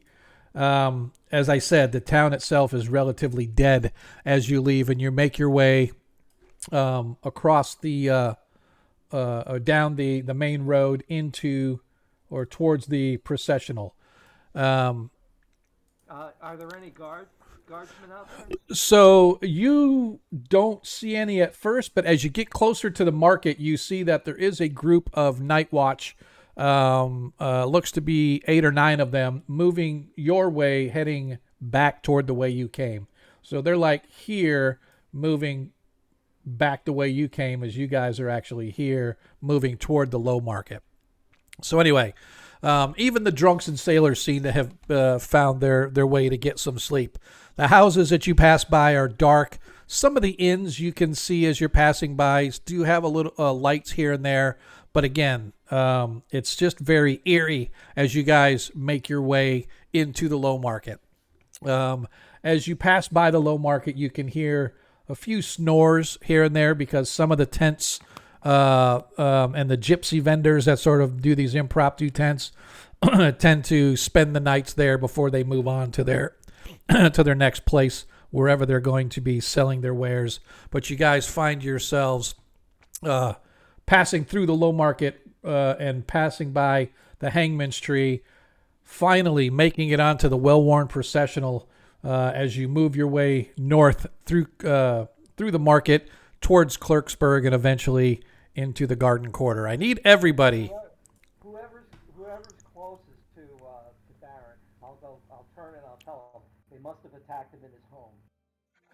I should Yeah, we're- I should like very much if everybody would not mind to please give me a saving throw versus spells at a -2. Okay, that means I have to find the character sheet. That's not. Is there? Where do you do that on the? So you should be able to, when you open up your character sheet, go to main. I And- see it. Okay, well I have just rolled my saving throw. Hang on. Yeah, I don't know why it rolled it as a party. I think it's because. Yeah, well, I think yeah. So that one Yep. Does that mean So, yep. Ronnie failed. I can't get it to roll? Yeah, it's not. Mine isn't I rolling just for his used egg. the roll. I just used the dice on the bottom. Yeah. so- Yeah, it's not rolling for me either.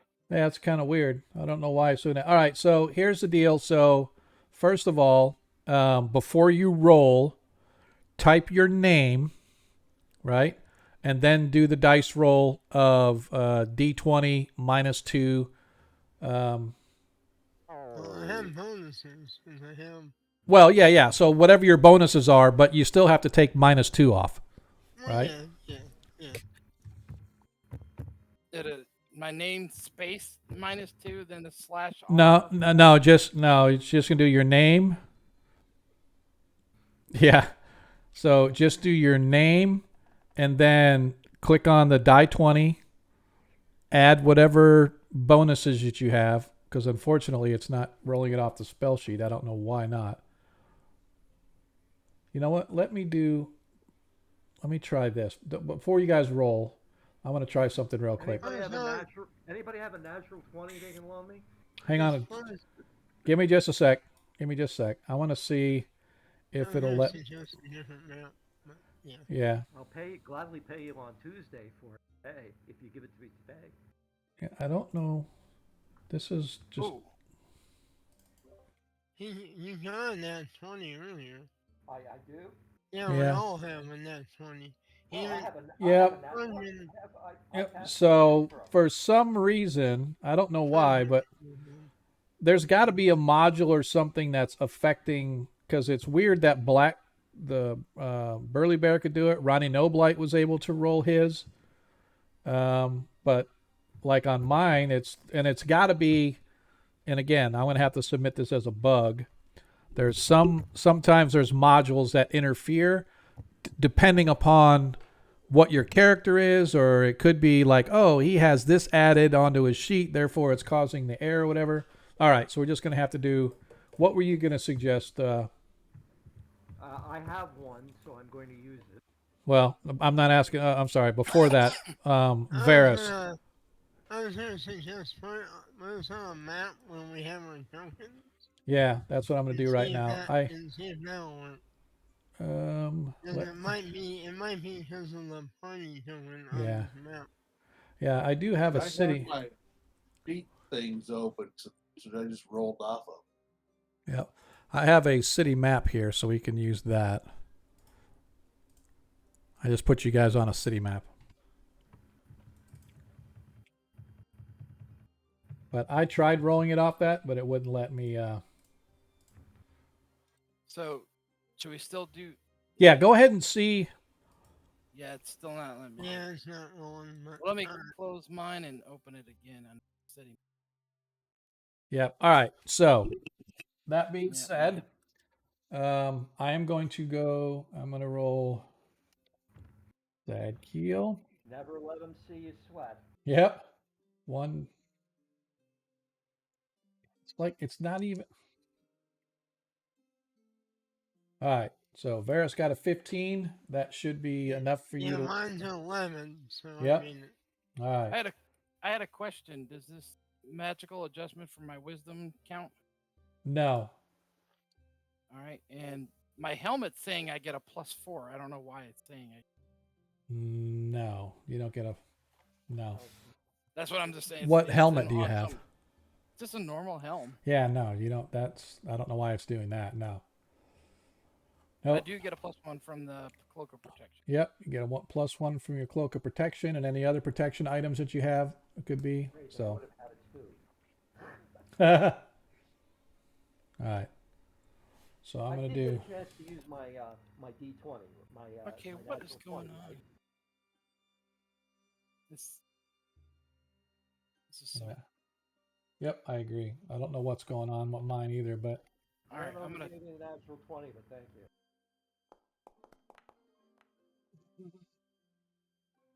Yes. Okay. did you see that Torchman gave Sad Kill nat 20 as well? yeah. Yep, I was. Yep, I was looking. I wanted to roll first. All right, so. Oh yeah. Yep. So Zadkill's using his nat 20. Ronnie passed. Baron is using his nat 20. Varys passed. So Ronnie who- and the bear failed, DM. Oh, did you fail, Ronnie? Oh, you're right. Okay, so if you want, you do have a nat 20 as well. If you want to use your nat 20. I'm going to let it ride. Roger that. All right. So Let the bear pass at least. Deglin, it rolled at +1. I don't know why. I had a +1 code in my cloak, but it was so Yeah. it made it. Where's your roll? I didn't see your roll. I rolled a. Oh, you want me to do it again? It rolled a 14. Oh, I didn't see the roll because it's not showing up anywhere on here for me. All it shows here to me is Deglin +1. It didn't show that the result was. All right. So you passed. All right. So that means the only one that have not passed is Ronnie. All right. And Burley. And Burley. Yep, which is fine. So let the bear get the 20. Yeah, I don't think that's going to be. Where is. Sorry.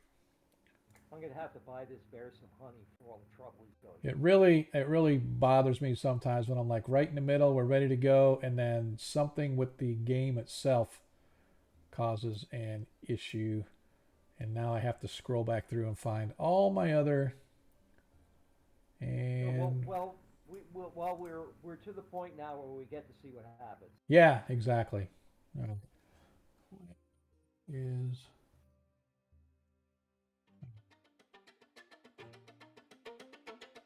all right. Slow down. Slow your roll. All right.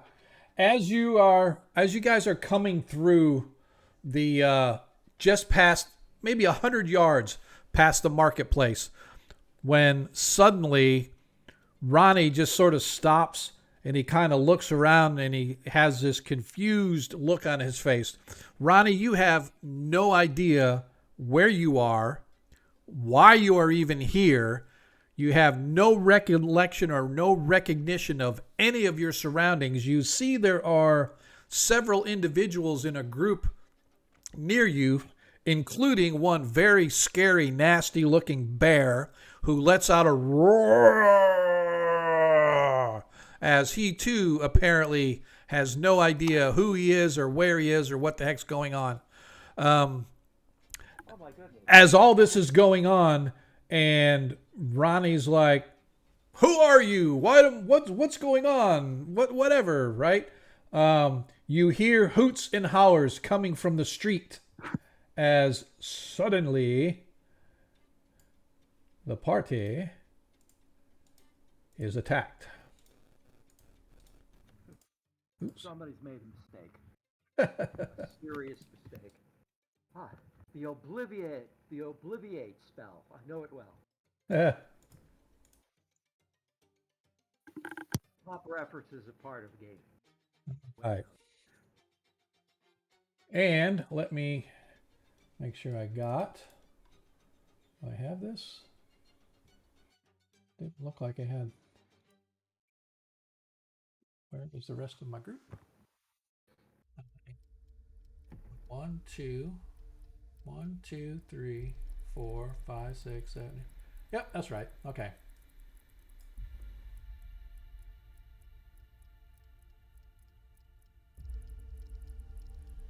I don't like this.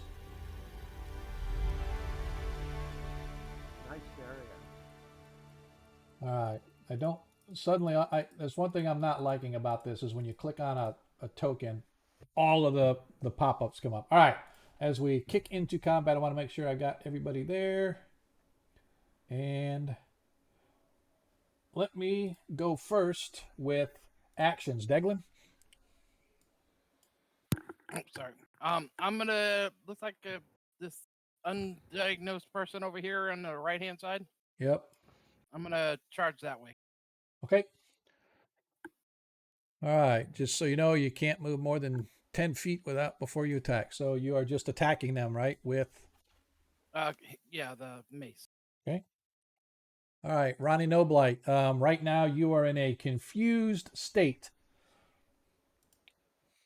So Does that mean I can do nothing, DM? That means, let me actually describe the results of this particular spell, just so we are all on the same page. A creature affected by this spell loses his sense of direction and purpose. When the spell takes effect, the recipient immediately forgets his destination or action and finds himself lost. Regardless of his intention, a bewildered creature forgets whatever he was about to do. This includes swinging at an opponent, casting a spell, following a trail or map, or simply going about daily business. A spellcaster who is bewildered forgets the spell he was about to cast and the spell is lost. He may not cast any spells for the duration of the bewilderment, but once the spell has worn off, he may resume spell casting using any other spells that were committed to memory. Persons in combat lose their action for the round on which the bewilder spell takes effect. On the following round, an intelligence check is necessary to resume combat. A person in direct combat who passes an intelligence check realizes that he is in battle and resumes fighting if for no other reason than self-defense, although he may not realize who or why he is fighting, right? So it's obviously, which makes sense. Affected creatures find themselves lost regardless of their surroundings. They suddenly feel that they have never seen the area before, even in places as familiar as their homeland or their own living quarters. They suddenly have no idea of their location or how they got there. Again, a bewildered creature is able to recognize his own belongings, comrades, friends, or relatives. He is not any more susceptible to trickery or such spells as charm, suggestion, hold, or whatever. While bewildered, a creature will obey the commands of his comrades if a successful intelligence check is made. So essentially, this first round, your only action is going to be rolling an intelligence check to see. You're not going to be able to cast any spells, so it's going to have to be melee or nothing. Same with Burly Bear. That's for Ronnie, correct? Yeah, Ronnie and Burly will have to make intelligence checks to see if they can at least melee combat. If you fail your intelligence check, then you do nothing for this round except sort of stand there in a confused state. Make sense? Yep. And you are unable to cast any spells for the duration. And just so we're all on the same page and I don't have to worry about it, it's 1 round per level, so this will last 9 rounds. God in Himmel. So, that being said, we got Ronnie's actions are going to be I don't have that spell D- I want.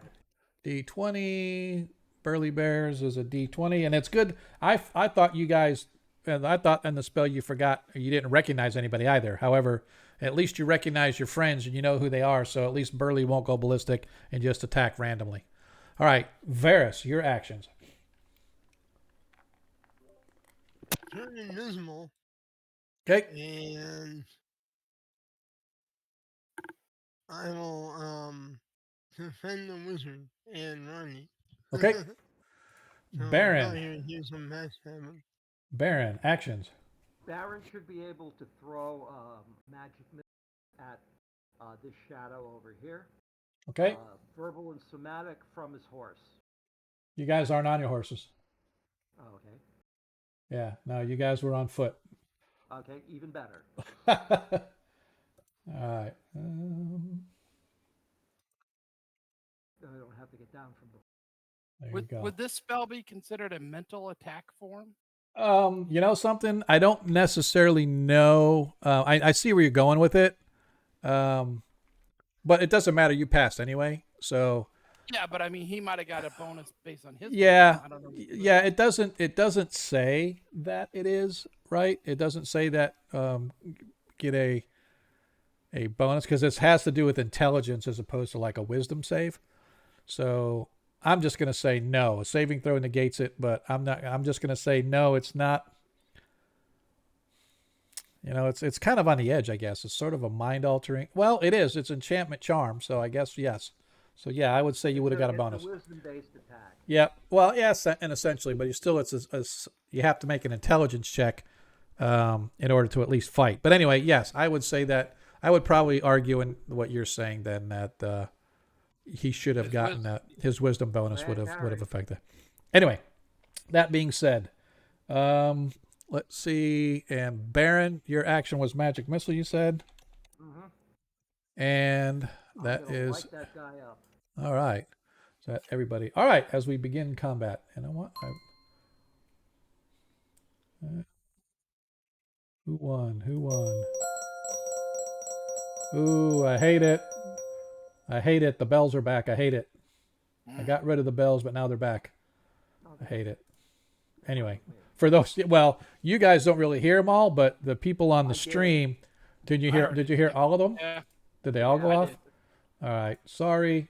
Once again, I am going to have to take a quick side break here. Combat tracker.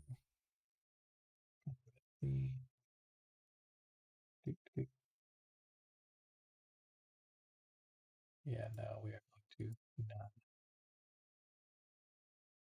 All right. Hopefully that won't happen anymore. I don't know if it does it in the middle of a game or I have to wait till like combat or whatever. So, that being said, the party goes first. Baron, go ahead and. I remember how to do this.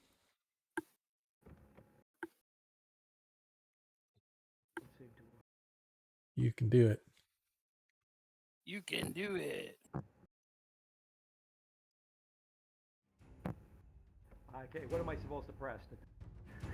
Yes, all you have to target the creature. So however you guys target, Yeah. and then you open up your spell book. So you open up your character sheet. So double right click the shadow chick. Yep. Double right click to target. Oh, double right click. Okay. So Yep. Single right clicking. Yep. Come on, baby. Okay, double right click, nothing. All right. So do me a favor. Just click on it once to select it, and then in the upper left hand corner, click the target, and just click on the target so you've targeted that creature. Okay, upper left hand corner, Yep. target. Yep. Okay, that's not doing it either. Because I'm going for that. Yeah. Icon that's up there. I'm assuming that's a target. All right. Well, yeah. Well, in the upper left-hand corner, when you click on the token controls, like you click on the very first one, then in the second column, there's something that looks like a target. You have to click on whoever you're targeting. Okay, click on whoever I'm targeting. Yep. Just right, there you go. Yep, there it goes. Now, all you have to do really is click your token. You don't even have to double click anymore. If you click on your token, it should. I don't have to say that it's going to. It'll use the amount of magic missiles I have. Well, yeah. I mean, however you. I click on my target and then I click on 5. Yeah, however you want to do it, right? Yeah. So that's. You should just cast the magic missile and then tell it how many are going at it. Okay. That's one thing I don't like. I don't have the player's view, so a lot of times I don't know what you're seeing because what I have to do is completely different from what players have to do. There we go. Hey, hot damn, it worked. There we go. Make sure. And it took off all the hit points too. I like it. Okay. And 21. Yep. Baron's not going to screw around with it. Yeah, man. All right. Is that it for Baron? Yeah. He's I knew it. smug right now. I knew it. I knew it. Hate it. All right. So make sure you deselect them. Yep. All right. Okay. This is really starting to piss me off, man. Hey, I managed to actually do it with a little bit of prompting. Yeah, here we go. All right, Varus, you're up. You are turned invisible, so you can turn invisible and move wherever you want, and then you can attack next turn.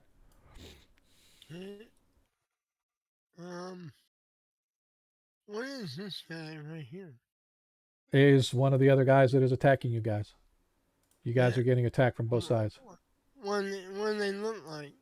Oh, they're all human. I just have different tokens, but they're all human. Okay. Yeah, yeah. Are they wearing robes? You see that they have robes over their armor, so you can see that they have armor beneath. Most of them have some sort of metallic armor underneath their gear. Okay. Are they wielding swords? Or Yes, all of them have swords or... of some. Nope, they all have swords of some kind. Alright. I mean, Ronnie's acting like he doesn't know who we are, right? So, Yes. Well, no, yeah. he knows who you guys are. He just doesn't know where he's Why at or he's what acting. is he doing or something. Yeah. Alright. I will stay here and, try to backstab this guy when he, attacks Ronnie or the bear. Okay. All right.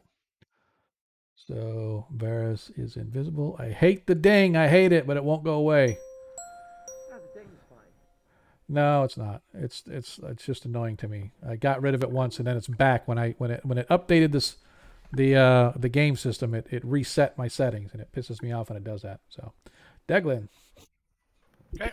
I can charge around that corner. Is that within 10 feet? Yeah, he's like about 10 feet down the street. So, All right. I'm gonna double cam and attack.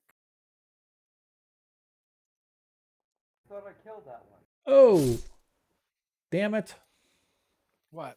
What? Yeah, that I was gonna say. Is that one dead or no? No, he's not. I'm just wondering. I'm looking to see. Okay, I was wondering. I was like, I looked on his his original armor class. It showed him as having armor class 10. I'm like, no, he doesn't. So no, you missed. Looks Okay. like you missed by 3. I don't have enough points to cover that. Nope. Can I use my nat 20? Yeah, you can do whatever you want. Yeah, I'm gonna use my nat 20 then. All right, go ahead and use your nat 20. And just roll your crit damage. What is All you have to do, if you look on where it, even though it said you missed, it says mace, it says damage. Just yeah. click on it and then click critical.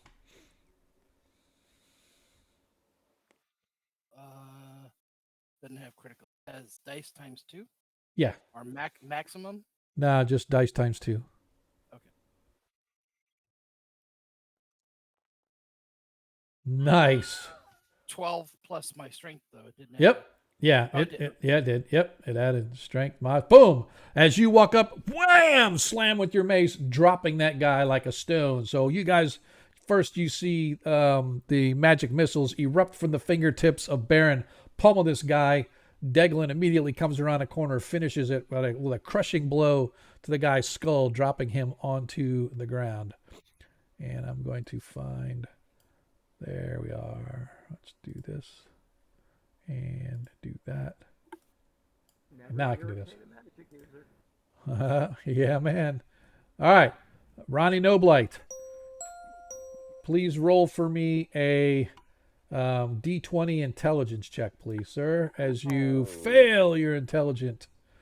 Your target was 11. You rolled a 15. Burly Bear.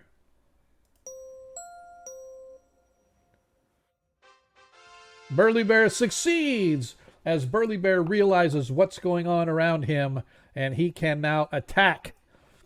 So he's got 2 guys. He's got one here to the left and one right in front of him as he sort of snaps to his senses. Ooh, as he hits. As Holy that is a natural 20 as he does a critical damage. So make sure you do your dice times 2 when you do the damage. He does 2 hit points of damage. His next attack. Second attack hits. Yeah, he gets 3 attacks. He gets 2 claws and a bite. And he's going to get And he gets he gets the bear hug. Yes, sir, he does. Oh yeah. Oh, and the bite hits as well. Oh yeah. Whew, not much damage though. Go ahead and do the hug. I'm sorry. It's music. It's all good. 5. Make sure they all came off. And they did. Nicely done. Burly Bear ravages the guy before him. As Is Now, he considered grappled? I was going to ask that same question. I believe the bear hug is not a grapple. Am I correct, Ronnie? That's just a bear hug damage. Yeah, like it's just a single attack, and then he has to hit again next round. yeah, so Oh, it's essentially just a rending type of a thing. Oh bother. As Zadkiel sees this individual down the street, he's going to grab his blade and charge screaming down the road. Ah! He targets. He's going to... What does he want to do? I thought he had a +2 sword. He does. Why does it not show on his sheet? Oh, that's looking at the Because wrong... it's Zad kill. Yeah, no, I just think I was looking at the wrong sheet. Hang on a second. Well, he has that +3 rod Yeah. of might or something. Yeah, he's got that too, so...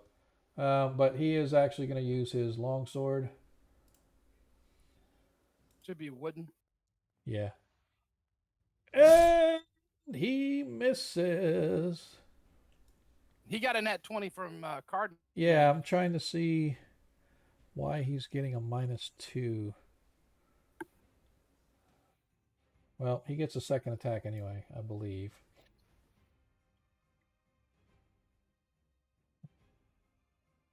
Checking. Yep, gets a second attack. So he is going to once again attack with the longsword. I don't know why it took 2 off there. I'll have to figure that out. And he misses again. So Zadkiel misses twice. And as he gets down to the end of the street, he yells out, "There's more up here! To arms! To arms! Bring the might of St. Cuthbert down upon them all!" Or words to that effect.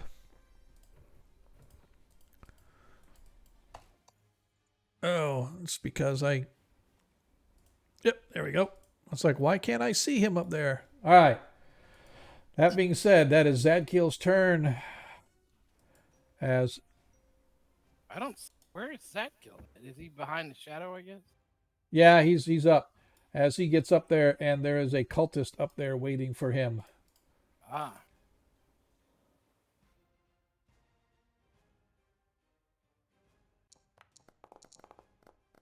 Why did it roll twice? Weird. As it swings against Zadkiel, missed by a lot. Deselect him.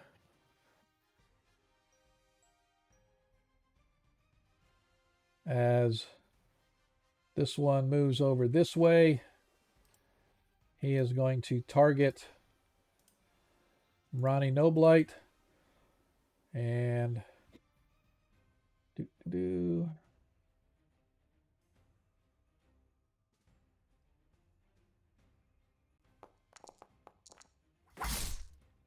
as he hits Ronnie Noblight. Why is it rolling twice? I want to make sure it only took off 4. Yep, it only took off 4. For some reason, it's like showing it twice, but it only took it off once. I'm seeing it twice. Yeah, and I just checked his sheet. It only took 4 hit points off. So I just want to make sure It that... doesn't do the 1+1? No, it does the damage. I'm just saying, but it rolled it twice. +1+1. No. No, we're good. All right, so that was his attack. As the next guy goes, he is going to attack the bear, since the bear attacked him first. Yeah, I'm just going to do it this way.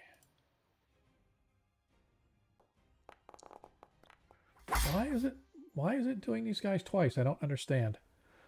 And it's taking a -2. It's like they don't have... Yeah, I set this up bad. For some reason, it doesn't have the weapon proficiency that they're supposed to have, so it's taking a -2. So it's still hit. Make sure that this only takes off once, even though it's going to roll it twice for some reason. 3 hit points of damage to Burly Bear. So make sure that Burly only had 3. Yep, he was down.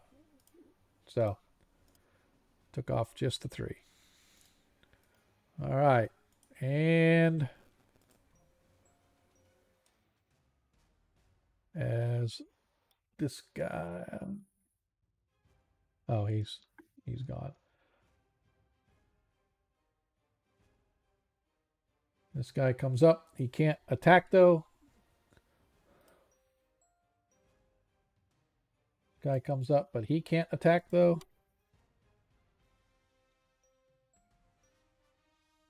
see what this guy's got. What's this guy armed with? Can we see? Most of them have looks like they have blades. All right, this guy is just going to move down here. And this one is up here attacking Zadkiel. That one fellow looks like Thomas Jefferson. As he swing and a miss, he misses Zadkiel. So I deselect him.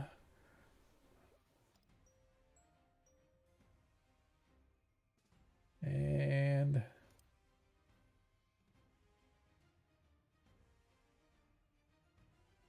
guy's going here.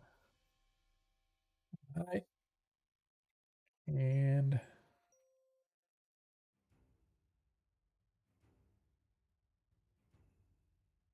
down.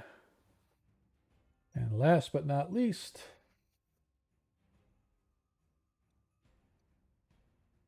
guy moves up here. Targets.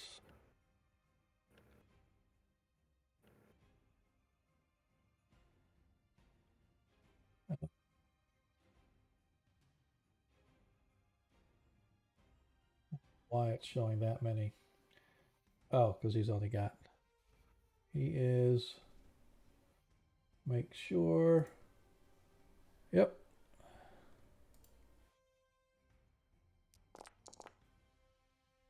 "18 hit points of damage as 5 magic missiles come screeching down the back street, slamming into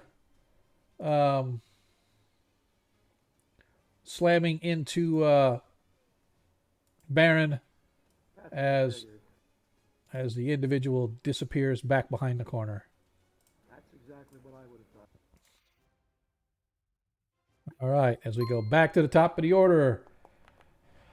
I guess we should have done actions first. All right. I hate it. Deglin, actions?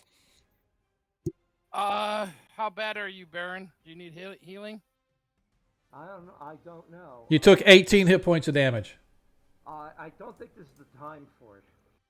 All right, well then I'm gonna charge back to where I was initially and attack this guy down by Burly Bear. Okay. Yeah, I mean, a cure light wound takes 5 segments to cast. Yep. Okay, It'll- so it's yeah, not it'll something take you my- have to do it. Yeah. Varus, you are invisible. You are able to backstab the guy in front of you if you so desire.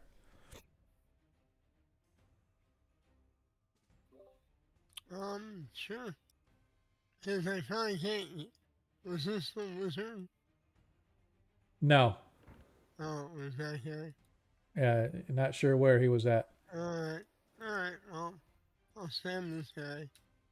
So I hit my +4. Yes, because you are invisible.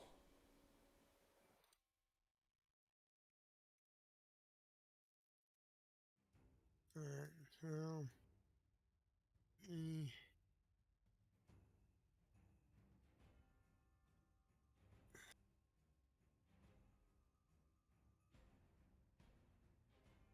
Let me. One hit.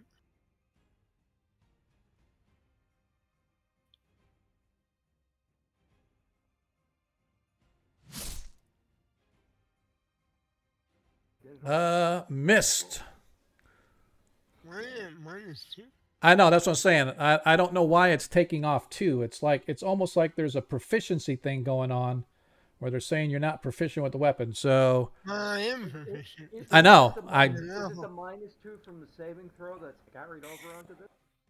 it should not I be. hope not. It should not be.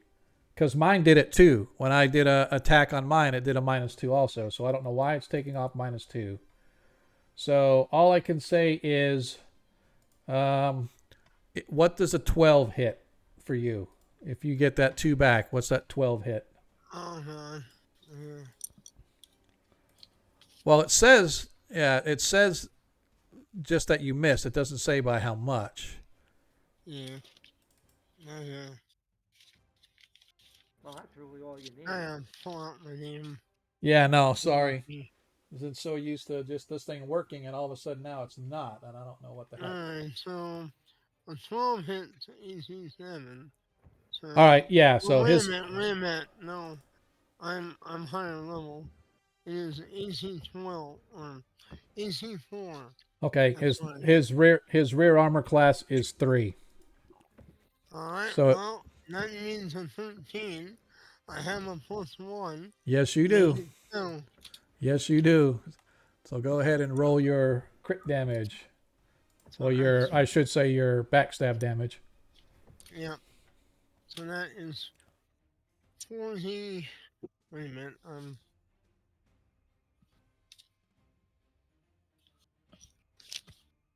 Not, I meant to look and see. See if that changed too. That I Didn't we lose the initiative? Yeah, you did. That's why I got hit with like 300 missiles. Well, that was the last round. Yeah. Right. Oh, that even makes it better now. Yeah, I'm still at ×4. Alright, so that's Yeah, actually, I forgot. That was my fault. We'll just hold it. Go ahead and do your damage because you're right, Ronnie. You guys did lose it. I just want to make. Declaring. Yeah, and I just let him go into damage. So he did 21 damage. I want to make sure that. All right. We need to save that.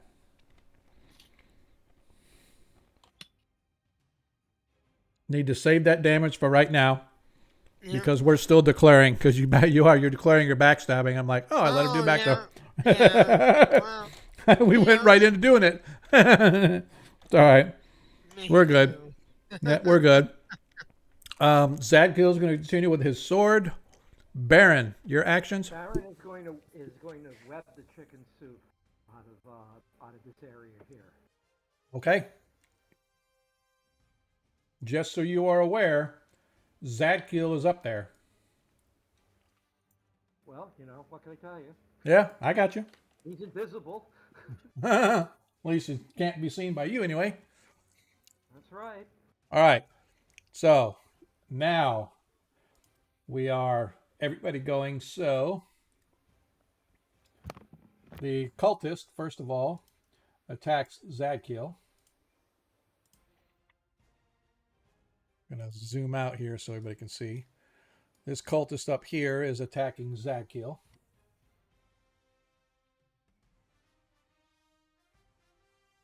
With his long sword. Misses Zadkiel. As the next guy, I think,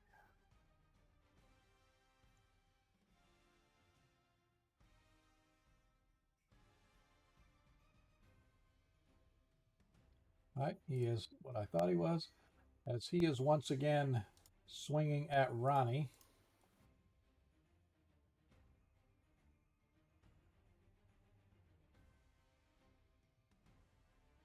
I really am not liking this a lot. All right, as he swings with the sword, he hits Ronnie. Ronnie suffers 9 hit points of damage. 10 total, actually. Dang, Gina. All right. As the next one continues his attack on Burly Bear.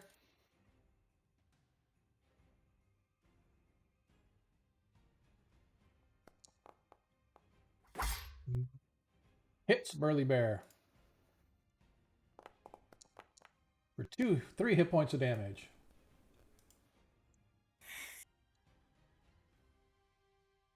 Right.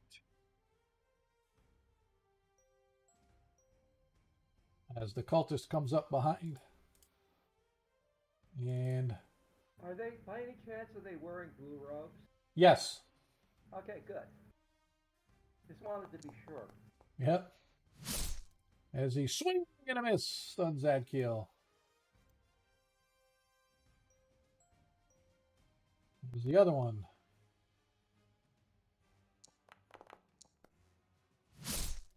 Swing and a miss on Zadkiel.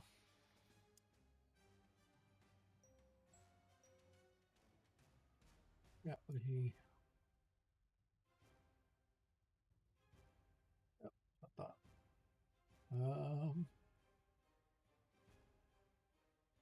As this guy takes a step out, let's do a 1, 2, 3. I'm going to do a 6-sided dice to see who he's going to attack. He's just going to fire and step back.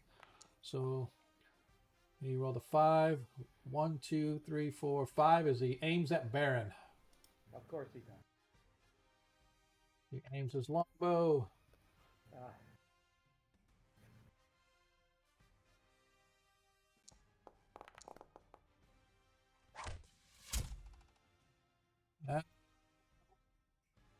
Oh, that's why it rolled twice. Because I still had Zadkiel targeted too. Okay. So, but it missed. both shots. Actually, it hit armor Zag? class. Yeah, it was supposed to be targeting Baron. He rolled a 5. Baron's armor class is 3. Yeah, so he missed. He missed. There's no way a 5 is going to hit. Okay, both shots. Yeah, he hasn't fired a second shot yet.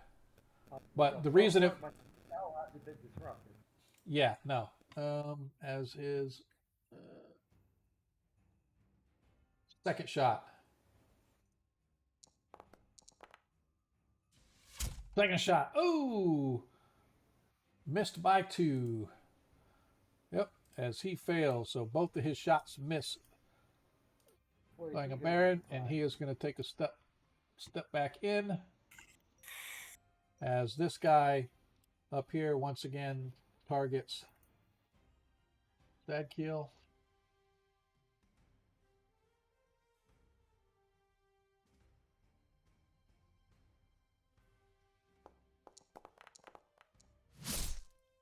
Misses Zadkiel. Boy, these guys are rolling garbage today. Tell that to Ronnie and the bear. Sorry. Tell Alright. that to Zed. Tell that to Baron.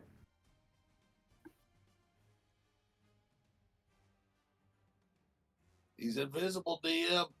No, he's not. Yeah, he hasn't attacked yet. Yeah, he did. No, Oh, he no, you're didn't. right. You're right. He didn't. Yeah. You're right. He didn't. Yep. So he moved 10 feet, but he still can't attack. That's good.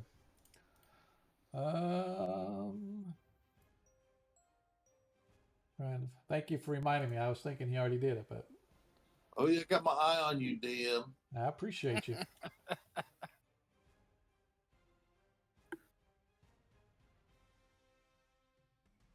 All right. I think that is us, and then this guy out.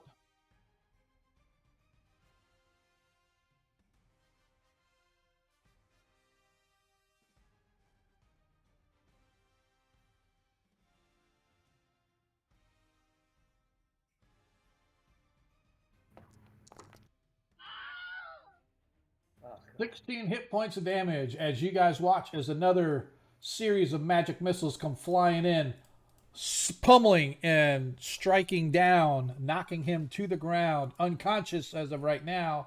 That's right. Baron does not feel well. Yep, he is currently actually at, he had 13, he did 16, you're at -3 hit points. That is correct.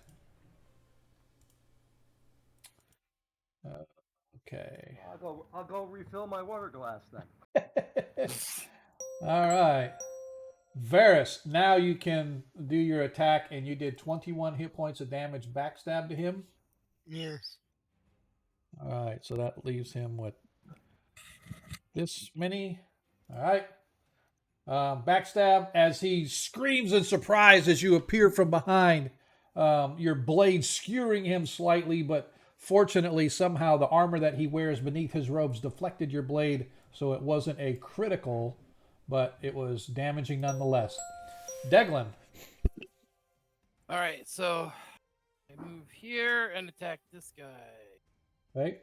Just as you move there, you see this flashes of greenish energy flash right past your compadre slam into Baron, and you hear him groan as the impact of the magic missiles coming from down the street drop him like a stone on the cobblestone earth in front of you. Shit. All right. But- well, Well, you have to do your attack, right? There is no Yeah. swapping. Yep.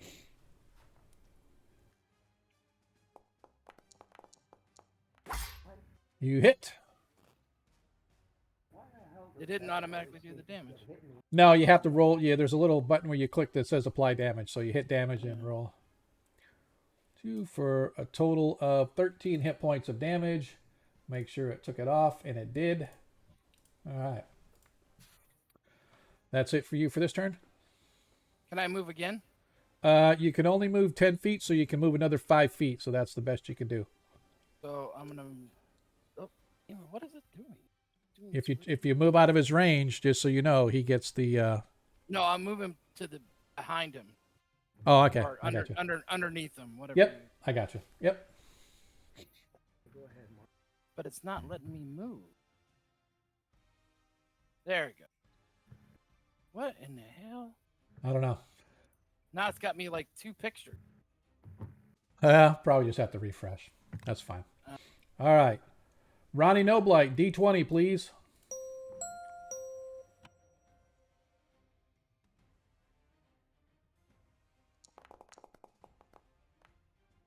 There's your D20 DM. Holy shit! Ronnie rolling good tonight. Burly Bear, you are up.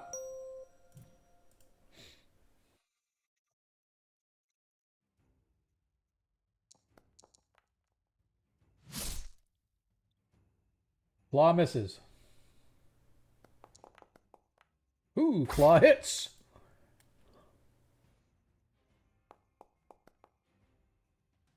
For 2 hit points of damage. And the bite. Bite misses.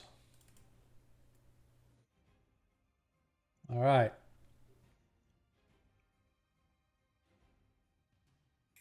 Bad kill. Bad kill is going to... Oh, there's so many. Let me target this guy. Make sure I don't have anybody else targeted. All right. Bad kill is going to swing. Bada. I'm going to compensate for the -2 that it's been given us. Hey, he hits. All right.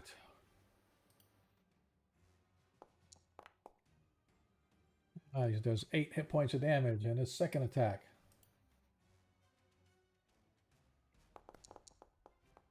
That hits. Don't forget, if those guys are chaotic evil up there, DM, he's got his permanent protection from evil aura. Yep.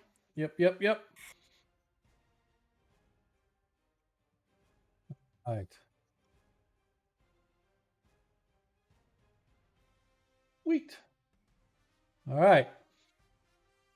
As we go back to the top of the order, actions. Deglin. I'll be hitting the guy in front of me. Okay. Mace. Darren will just sort of lay there. Okay.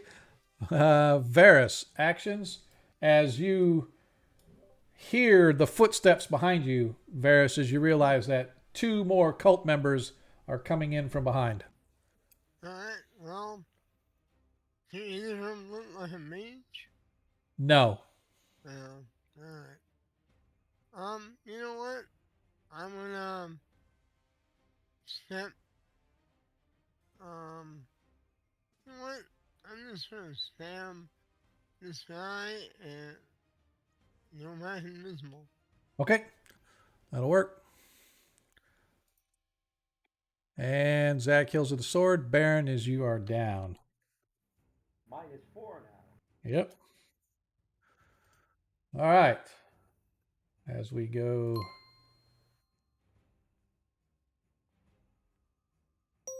I'm glad we're not playing Fifth Ed.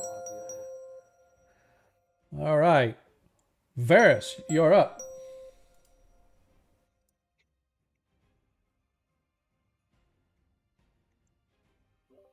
Uh-huh. Yep. Wasn't Varys. expecting to hear him so fast. Right. Alright. Turn this guy. Oh, man. The 7 misses. Yep. He'll make him invisible. All right. Deglin. All right. And I'm going.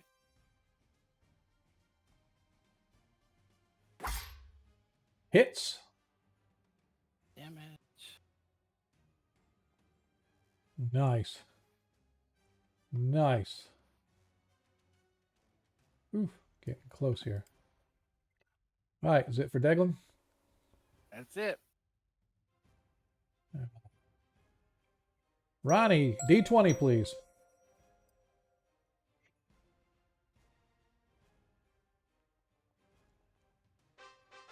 Ronnie succeeds. Ronnie, you realize what's going on as suddenly you find yourself. You were so confused at first of what the heck these people were doing, like all around you, and now you realize that your friends are being assaulted by cult members, evil cult members. One of them has been pummeling upon your beloved Burly Bear. You do get the opportunity to attack this round. Hello. My computer just kicked me off, but I'm back again. Welcome back. Thank you. I hope I didn't miss anything. Nope, not yet. Oh, wait a minute. Damn, I will use my 20. You hit with the nat 20, the guy in front of you. Go ahead and roll thy damage. I don't know, my thing disappeared. What Let thing? me roll again so I get it back up. Okay. Even if it says you missed, it should give you a damage thing. Go ahead and do the damage anyway. And do ×2. Nice. Actually, why did that not take it off? That should have taken it off. I just took off his hit points. It didn't, for some reason, it didn't take the hit points off him. Not sure if you. I think you got yourself selected. That's why. Yeah, that's all right. I took the 14 off. Did it take 11 off of you? It certainly did. I fell on my sword. Let me put those back. There you go. It's supposed to be a cut less, not cut more. I like All it. right. Very good. All right. Burly Bear.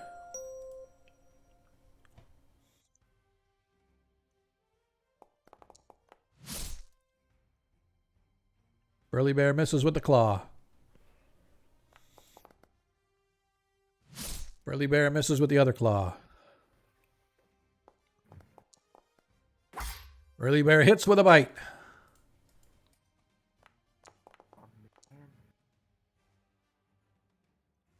Gosh darn it. 5 hit points of damage. That guy's got some good hit points. I'm Yep. getting nothing on. I'm getting nothing on my. Yeah, I'm refreshing the Oh, okay. well, not you, but yeah. I have to refresh the game one. Again, there's some certain things that I really love about this game system, and other ones, the implementation and some of the stuff I don't like this here, where My icon. it's like pops up all of these. So let's zoom back in here. All right. Well, if it's okay with you, I'll just sit the rest of the fight out. Yeah, absolutely. Just take a rest. Take a load off. Yeah, take a load off as Zadkiel.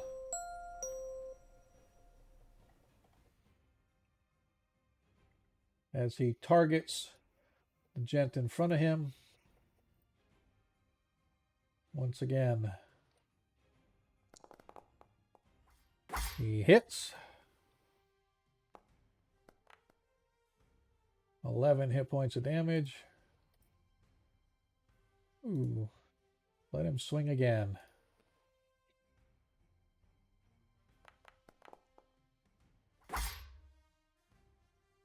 As he hits.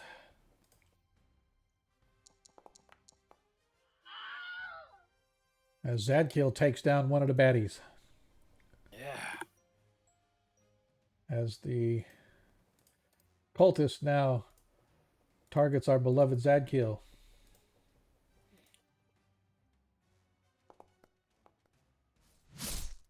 misses. Zadkiel.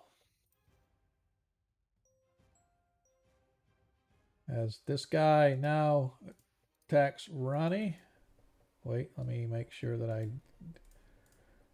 deselect him. And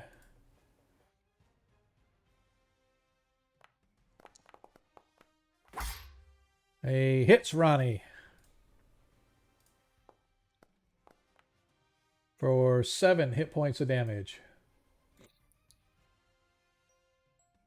As this guy continues to wail upon... Actually, he's going to forget about the bear, and he is going to go after Varys.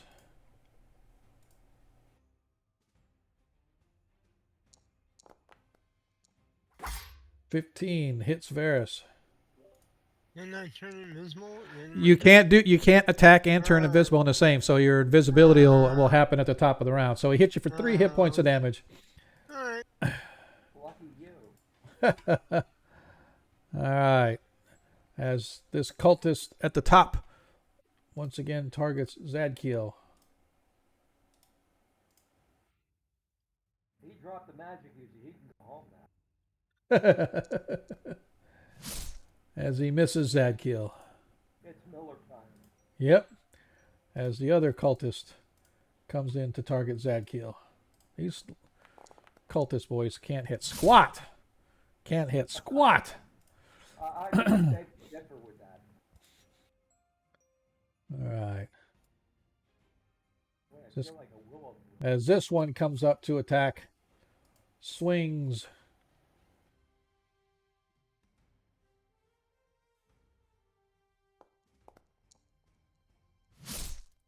Oh, you serious? Man, can't hit nothing. All right. He is down as...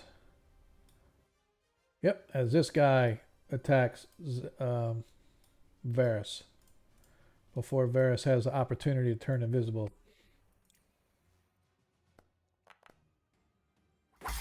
He hits Varys for 4 hit points of damage. And next guy comes up, targets Ronnie. Actually, is this one of my... Sorry, I need to check. Nope, he's a fighter. All right, he targets Ronnie.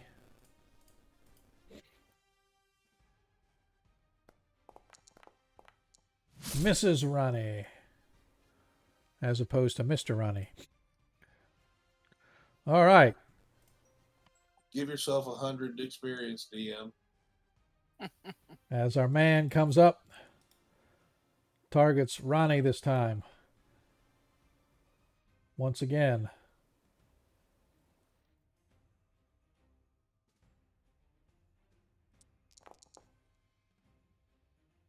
$20 hit points of damage to Ronnie as 5 more magical bolts come flying down. Come flying down and pummel him. Yeah, I figured it would. All right, I think that is the last of the cult members as we are back to the top of the order. Actions once again. Deglin. I'm gonna do spell actually. Okay. Deglin's a spell. Ronnie, you still can't do a spell, but you can attack. Yeah, he's going to attack, DM. That's all he can do. Roger that.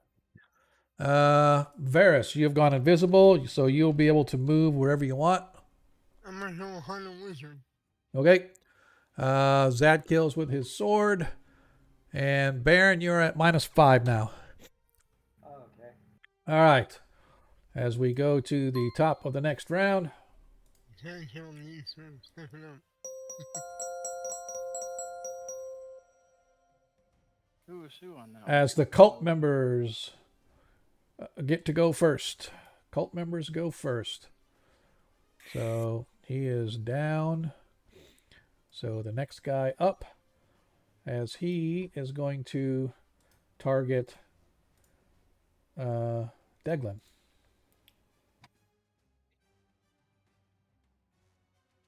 Misses Deglin. This guy attacks Burley.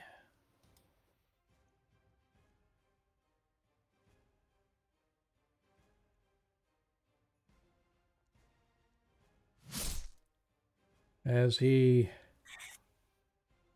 misses with a 3. Misses Burley. This guy is attacking Zadkiel. Dang it.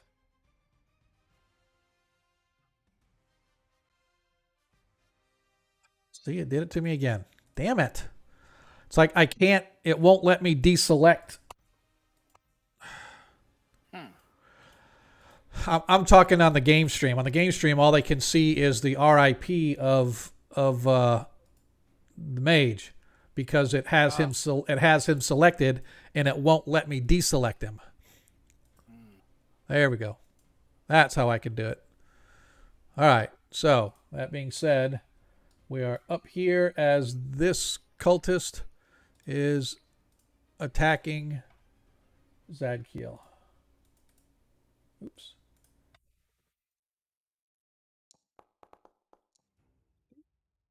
And cultist.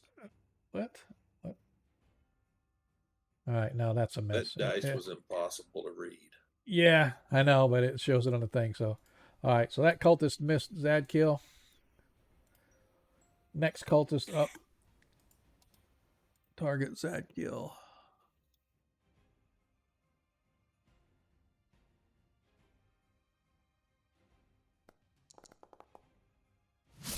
As he badly misses Zadkiel.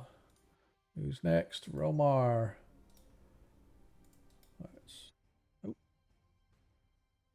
Target.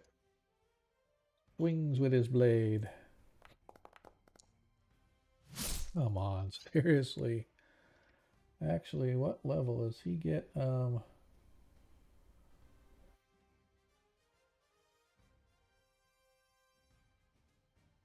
thought he got extra attack.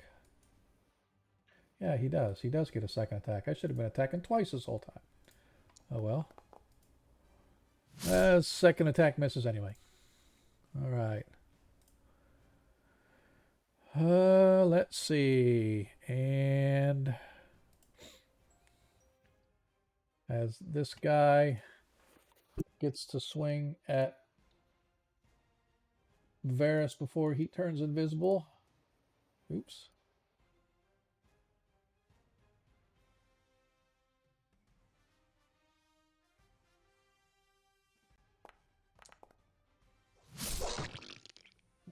Badly missed. No, it's some. I had Zadkiel thing too, but it missed anyway. Rolled a 7, so he missed. Doesn't matter who he attacked. All right, so he. Yeah, no. One of the guys rolled a nat 1. As this guy is going to move down over the top of Baron. He is going to target the priest, so the priest can't heal anybody. Oh, and he misses. Damn it.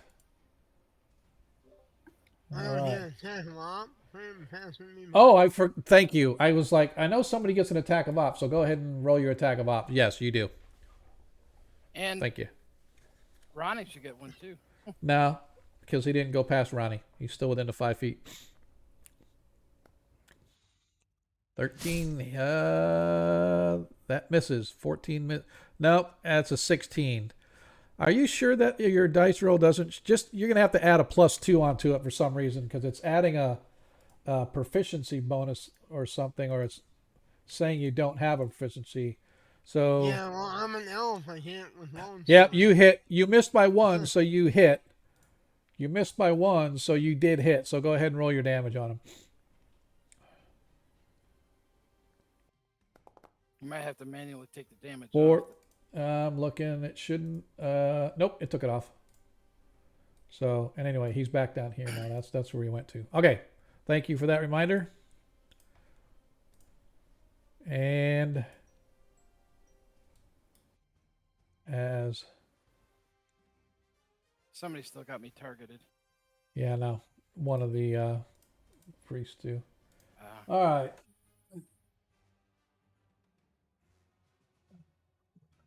Can't do that. All right. He is going to. He's got one left, I think.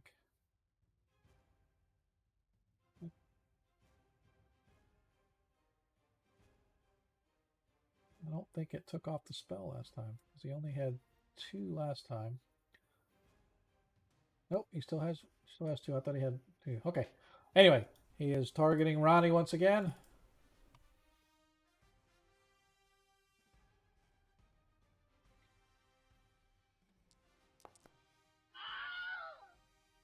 $19 hit points of damage.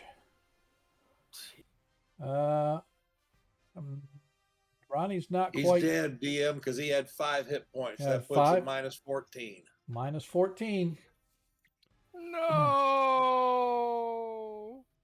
As Ronnie gets blasted. Might need to run away.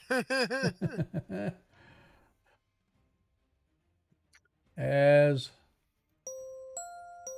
Varys, you are invisible and you are able to move invisibly now, undetected. Now I can move over here. All right. Stab this. Yeah, Yeah, you can't. Once you move over 10 feet, you can't attack. yeah, I know. I'm just. Oh, I got you. Yep. Okay, I got you. Gotcha. Backstab him when he comes back out. Roger that. Deglin. All right, I am using my ring of shooting stars and lightning bolts to these 3 that are in front of me. Okay. I'm not exactly sure if it'll let me So target each one. Yeah, I don't know how to do each. let me think. I want to look and see what the. I can see my ancestors at the end of a long bridge. Just so you know. Yeah, so Zadkiel will be out of the range because it's only a lightning bolt's only 5 feet in width, right? So if you want to hit these those are guys, lightning balls. oh, lightning you're right, bolts. you're right, you're right. I was thinking it was a lightning bolt. Okay, gotcha. So I'm not sure how I attack all of them at once. So you should be able to target each one of them. It's letting me target one, and then I double click on another one, and it takes it off. Okay, so here's what you do. Go and if you, I think you should be able to like control and click each one. Like I thought maybe it's Alt. Nope. Shift Try all. and click. Yeah, shift click and click each one. That All once right, you. there we go. Yep. There we go. All right, and then it's I'm not sure how to send this off, but 3 of them is a 2d6. All right, so you just cast the spell. And then roll 2d6. Well, when you cast the spell, it should have the stuff in there for you to roll in the spell. Yeah, let me go to. Yeah. And go. It's not a spell; it's the ring effect. So I'm not sure. Oh, okay. Let me see. Ring of shooting stars. Like, yeah, it doesn't really.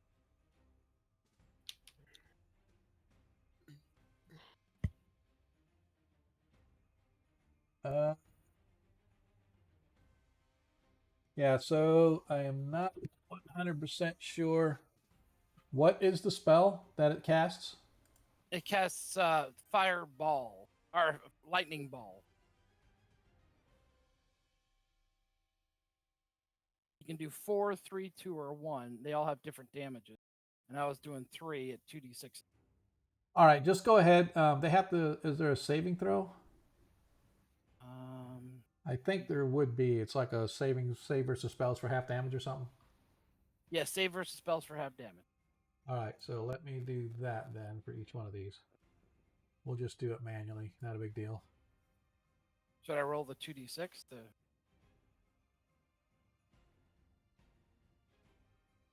Not yet. I want to see if this spell. God damn it. Okay. All right. I'm just going to go ahead and roll here. All right. This is the first guy. Ugh. He failed. Ugh. This is the middle guy. You need a 14. He failed. And the third guy needs a 14 as well. And he succeeded. So this guy on the right gets half damage. So go ahead and roll your damage for the spell. 11 hit points of damage.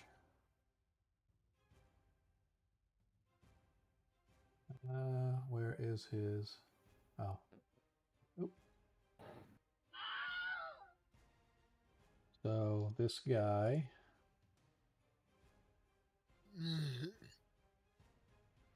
is gone.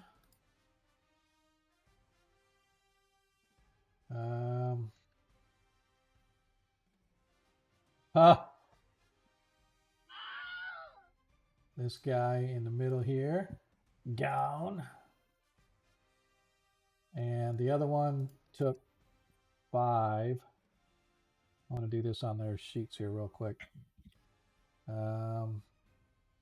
Jeffy. Yep, he's there. All right, cool. All right, and so this guy took 5 hit points of damage. So he is still well above 0. All right. Okay, that's it for you, sir. Yep. Ronnie is down. Burly Bear. So you can't. You're not attacking him. He's dead. The guy you're attacking is dead. All right, I'll do the guy right next to him. Sorry He's about dead that, too. DM. He's dead too. Both of these guys are dead. The one in the green on the right is the one that's. Yeah, this guy on 5 feet from him too, right? No, Burley's right here. So I'm going to move these 2 guys out of the way because they are both dead. There you go. So now you can attack this guy. But his armor class is actually worse than the other guy, so that hits him as well. Well, actually, same armor class. So that hits him as well. So just go ahead and do your damage, roll damage, and then I'll just apply it to him for your claw. All right, so he took 2, so let me go ahead and take that off. That misses.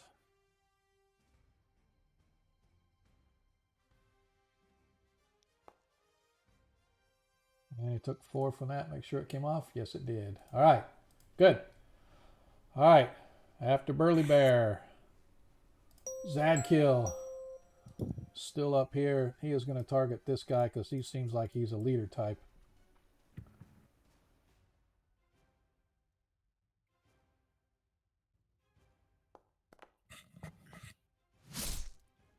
Zadkill misses.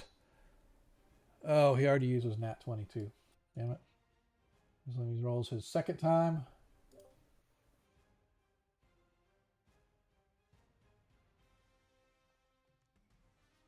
Oh, damn. I ain't rolling nothing tonight. No wonder this combat's taking forever. All right, back to the top of the order. Deglin. I'm going to hit this guy over here to the side. Okay. All right. As you got, Ronnie, you're down. Burly Bear's attacking Varys. As you move. Backstab a wizard. Yep, you backstab the wizard. I'm a nat 20 for his head. What's that? Yep. I'm a nat 20 for his head. Yep. Yep. I'm looking into the light. Well, as Baron is down to -6 this round. All right. So the party gets to go first. Varys. Hey, I You are up. will. I will roll, but I'm probably gonna use a nat 20 on him. Okay. Uh, Roll it just to see if you got a 20. yeah. No. Nope. So, but you did hit. So just go Yeah. ahead and roll and do thy damage. Uh,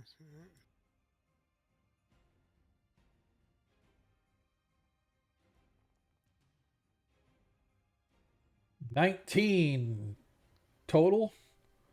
yeah, I forgot to turn him. Oh, okay. All right.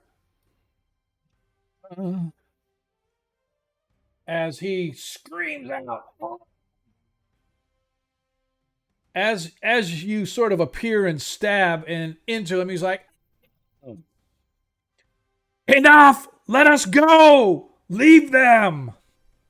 Daglin, you're up. All right, I'm gonna attack Right, this that was me. guy. Mace. Come on. There we You hit. go. Damn it. Roll Oops. 15. 15 damage. Yep. Yep, it took it off. Nice. Why is it not? Oh, that's why. Okay, cool. All right. Burly Bear. Oops, sorry. Why is it going to him? Should go to Burly Bear. Oh, because everybody tied. That's why. That's fine. We'll do it this way. I apologize. I did not realize that it was a tie. So they put them in order of however it does their order. So we'll just follow the route this way. As he swings at Zadkiel, misses Zadkiel. Now, Burly Bear, you are up. Perfect timing. Oh, as he misses. I haven't rolled yet. Oh, I'm sorry. I was showing. I moved over to the stream map, and for some reason, that's when everything got updated. So apparently, I didn't have it focused. Okay, go ahead, Burly Bear. Ooh, as he hits with the claw. I don't think it can hurt him. Oh, 2 hit points of damage. So close. 14 hits with the claw. Oh, missed with the claw. Dang, so close. Missed by 1. Does Ronnie have any points available? No, he does not. He does not. Oh, and he misses with the bite as well. Zadkiel is now going to target this cultist. Swinging with the blade. Oh my god, as he misses the first time. Finally hits. 11 hit points of damage. Make sure that came off, and it did. All right. As this cultist targets Zadkiel.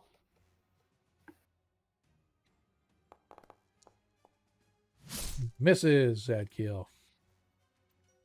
As the other cultist targets him. Of course, he misses Zadkiel. Oh my god. As this cultist, can he hit? So he gets bonuses. As he hits Zadkiel, finally. Zadkiel suffers 12 hit points of damage as he attacks the second time. Oops. Wrong guy.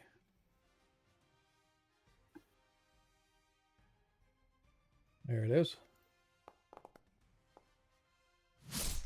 And missed by a lot. All right. That is them.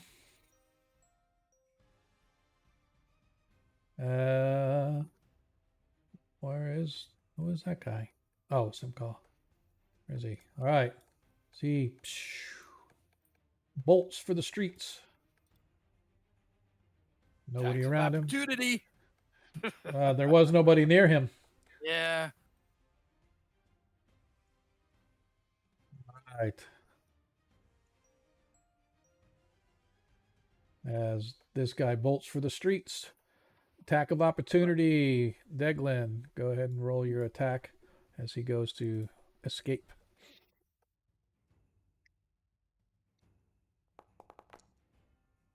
Hits. Here we go.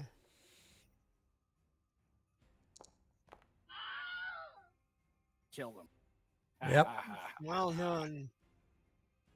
Yes, you did. Whatever. Fine. Fine. Mate, this mage is dying too. He ain't going nowhere. Well, if I would have tried to. I got a nat 20 for him. If How'd I you get? could. How'd you get a nat 20? I still have my nat 20. He that never I- used it from that last one. I He just was rolled going right to, but here. he rolled a good hit. Yeah, I rolled a good hit. Oh, I thought you. I thought. Okay. I Never. would have done a lot more damage. Okay. Yeah, I was gonna say it didn't seem like that much. All right.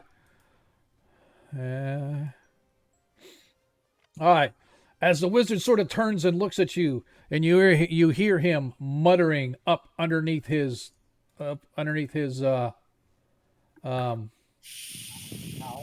he starts sort of I'm gonna chanting. stop it. as he's chanting, and suddenly you watch as he fades from existence.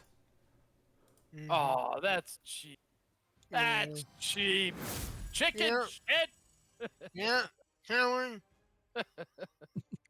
As he teleports away. Yeah. Now, as the others for this turn bolt. Oh, thank Z- you. for making me yep. get one. Zadkiel is going to get one attack of opportunity on the leader one as he bolts into the night.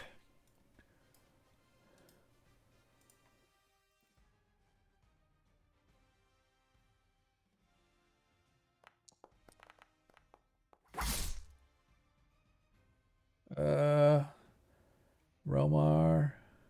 Yep, as he hits.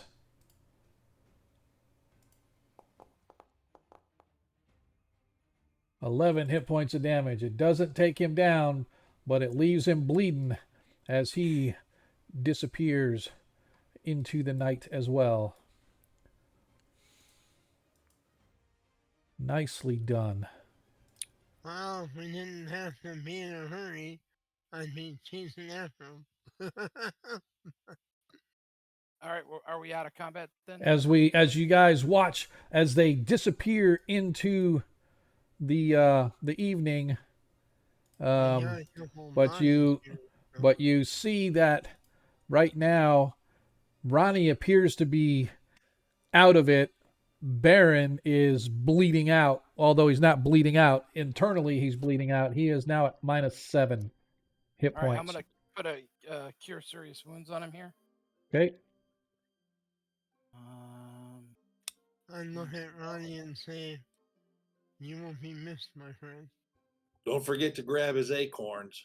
I will. As you guys hear whistles coming, as apparently somebody reported a combat as the city watch comes rushing down the street trying to see what is going on. And as they arrive, that is where we're going to go to break. I know it's close to ending the game anyway, but I'm sorry the combat took so long, guys. I know it was a little clustered a little bit. Appreciate you guys hanging with me. I'm willing to go with the cliffhanger for next week. You just want to do the cliffhanger for next week? We can leave it till right. You want to end a little early and just leave it, or what? Let's at least heal. Okay. Aaron. So I tell you what, I can kind of fast forward through what the process is going to be. Right? Okay. Essentially, first of all, you guys can go through your healings, whatever you're going to do. Second of all, the city watch will get your information and your statements and whatnot. And we got all and these bodies for them. and you have these bodies and whatnot that they're going to have to clean up and bring and investigate and yada yada. In the interim, sure. And in the interim,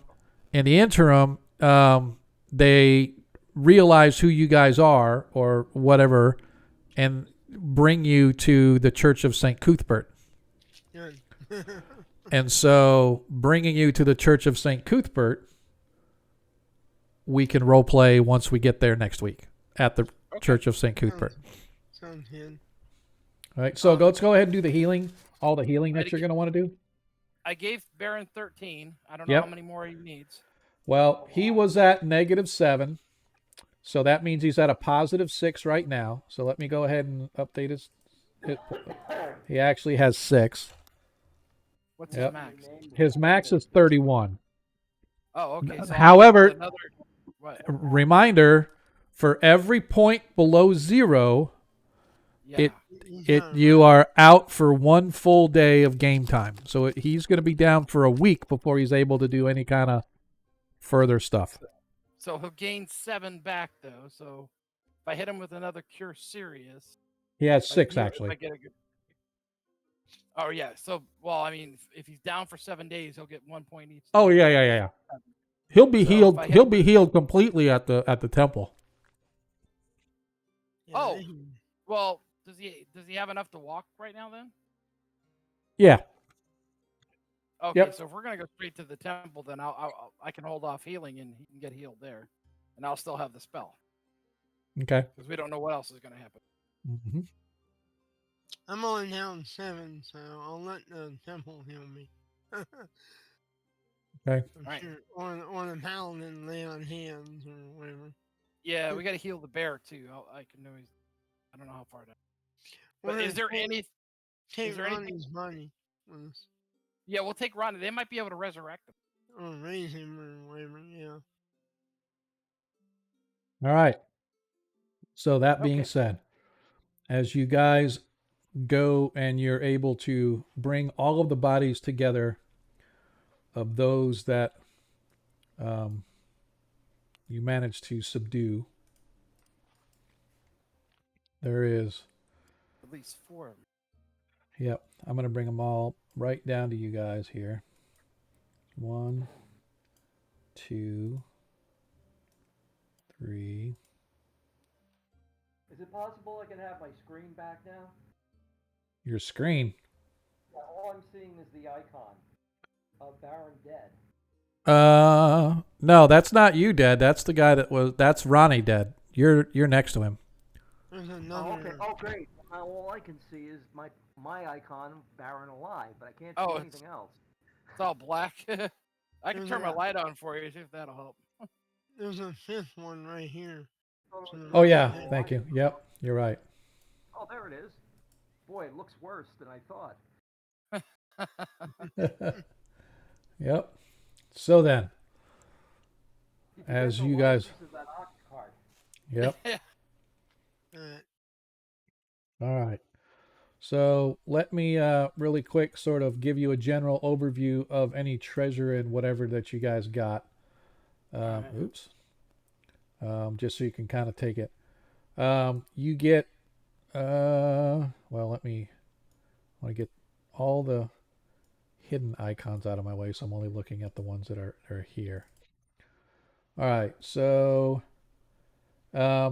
you get 2 +1 swords, and I'm just giving it to you what they are. We can do technical identification later. Get 2 +1 swords, 2 +1 small shields, a potion of heroism, Alright. Yes, the sheet board. That's all right. I'm writing them down too. Yeah, I'm writing them down. 'cause- a potion of stone giant strength, How many traveling spell books do I get? unfortunately none. Oh, come on. They have Um, you get a light crossbow and 24 bolts,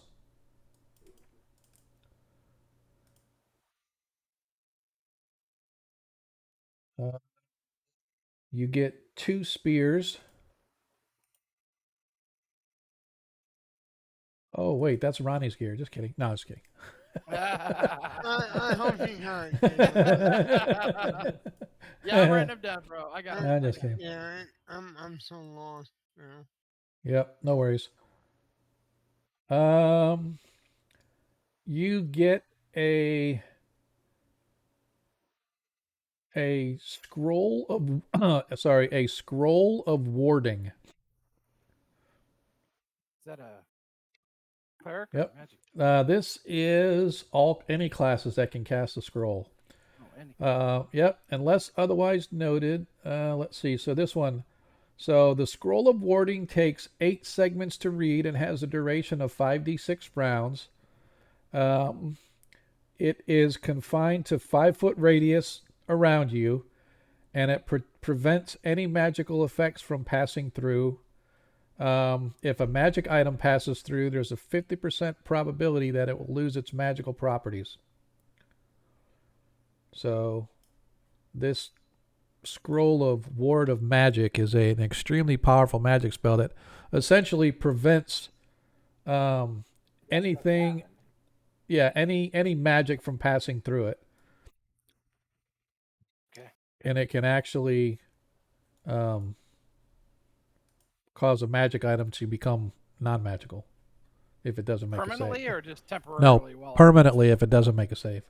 Oh, wow. Yeah, it has to be a save, right? The only things that aren't affected, like super powerful, like artifact type items and stuff like that. Okay. You find a pair of hand axes and a total of 500 gold coins between all the dead bodies. In addition, each one of them has bluish robes, as well as one of these little pendants hanging about their neck. 5. And then we spent all that money. Oh, I'm sure I'm sure Holy told them about us or whatever, probably, or whatever, or somebody's been, or they've been watching us or whatever. So Right. this was a planned ambush. So, Yep. Yep. Okay, I think I Seems wrote like it all it. down. All right. If we Yeah. miss anything, you can just edit Darren is the leaning journal or very whatever. heavily on his staff right now. so that being said, you guys find yourselves being escorted by the night watch slowly as you make your way through the city. It's still very early in the morning, like 2, 3 o'clock in the morning, as you guys finally arrive where you are taken care of by the clerics and whatnot. They take your companion Ronnie to issue him rights and whatnot and put him in a temporary place so that until we decide, burial services and whatnot for your companion. Gentle repose. Yeah, gentle repose. The priests are very concerned about the fact that you received a dispatch allegedly from the church to come here, and so they send one of their runners to go and find Talasek Thraden. And it's a couple of Talasek hours. was never there. Oh, okay. So, yeah, Oh, so yeah. they are very upset as around 6 a.m. as the sun is coming up, Talasek finally arrives, finding you all together.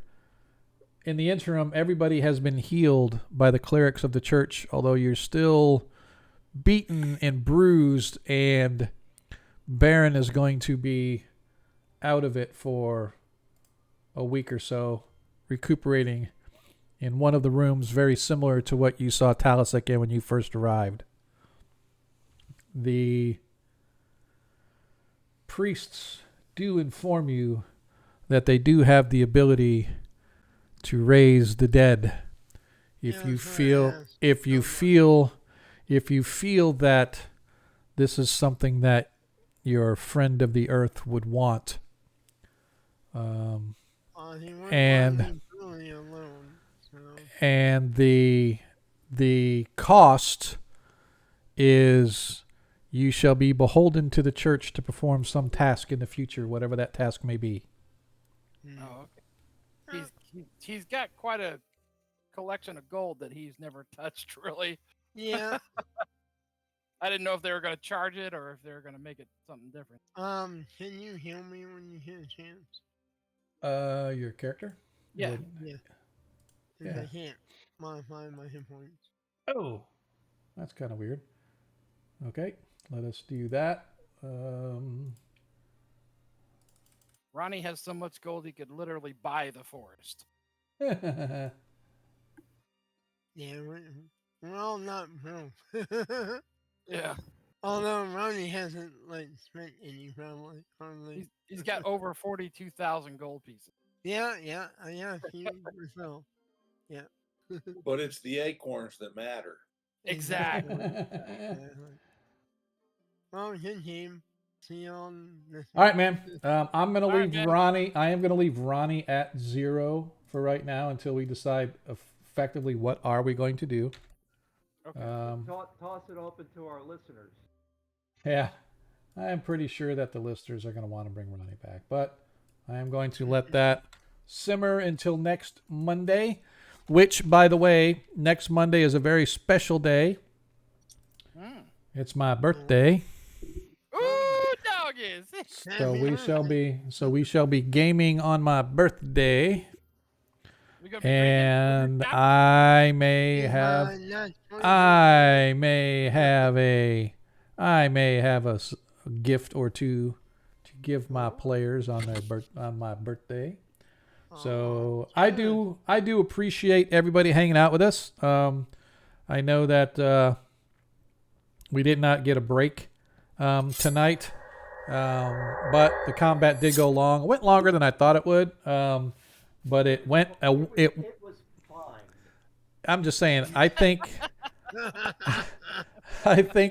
it went about how I thought it was going to be. Especially when I had the wizard able to just sort of pop out, blast, and step back. Yeah. And you weren't able to get to him until too quickly. Yeah, no, that I was actually. Yeah, I was actually expecting you to do that, right? And so I missed who he was. That's why. Yep. I had to deal with something and Yep. I missed who he was. Yeah, man. So, but yeah, it was great play. I will make sure that I get I will get the experience awards to you guys and let you guys know what that is so you can apply them in your character sheets. Varys, don't forget to, when you get a chance, validate your skill abilities and make sure that you're whatever they are. I'll do that this weekend. Okay.